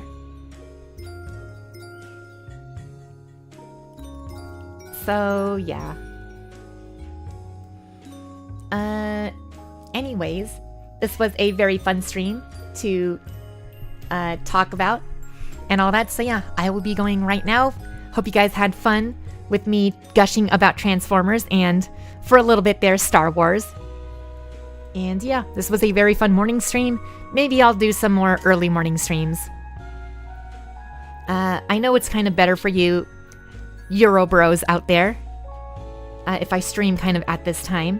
But yeah, I think for the past couple Saturdays, and my dog is barking. For the past couple Saturdays, I've been doing morning streams, and I think that'll be the schedule from now on, to do Saturday morning streams. Yeah, Saturday morning streams, and then Wednesday night, Thursday night, Friday night for streams. So yeah, I'll be... Jeez, I am talking way too much. Yeah, I'll come out with another stream schedule, maybe like Monday or Tuesday. But yeah, it was very fun streaming with you guys this week. Now I'm going to be taking a break for the next couple days, and yeah, I'll see you then for whatever it is that we decide to do. Oh, I can feel my vocal cords just frying right now. Right. I'll see you then. Bye.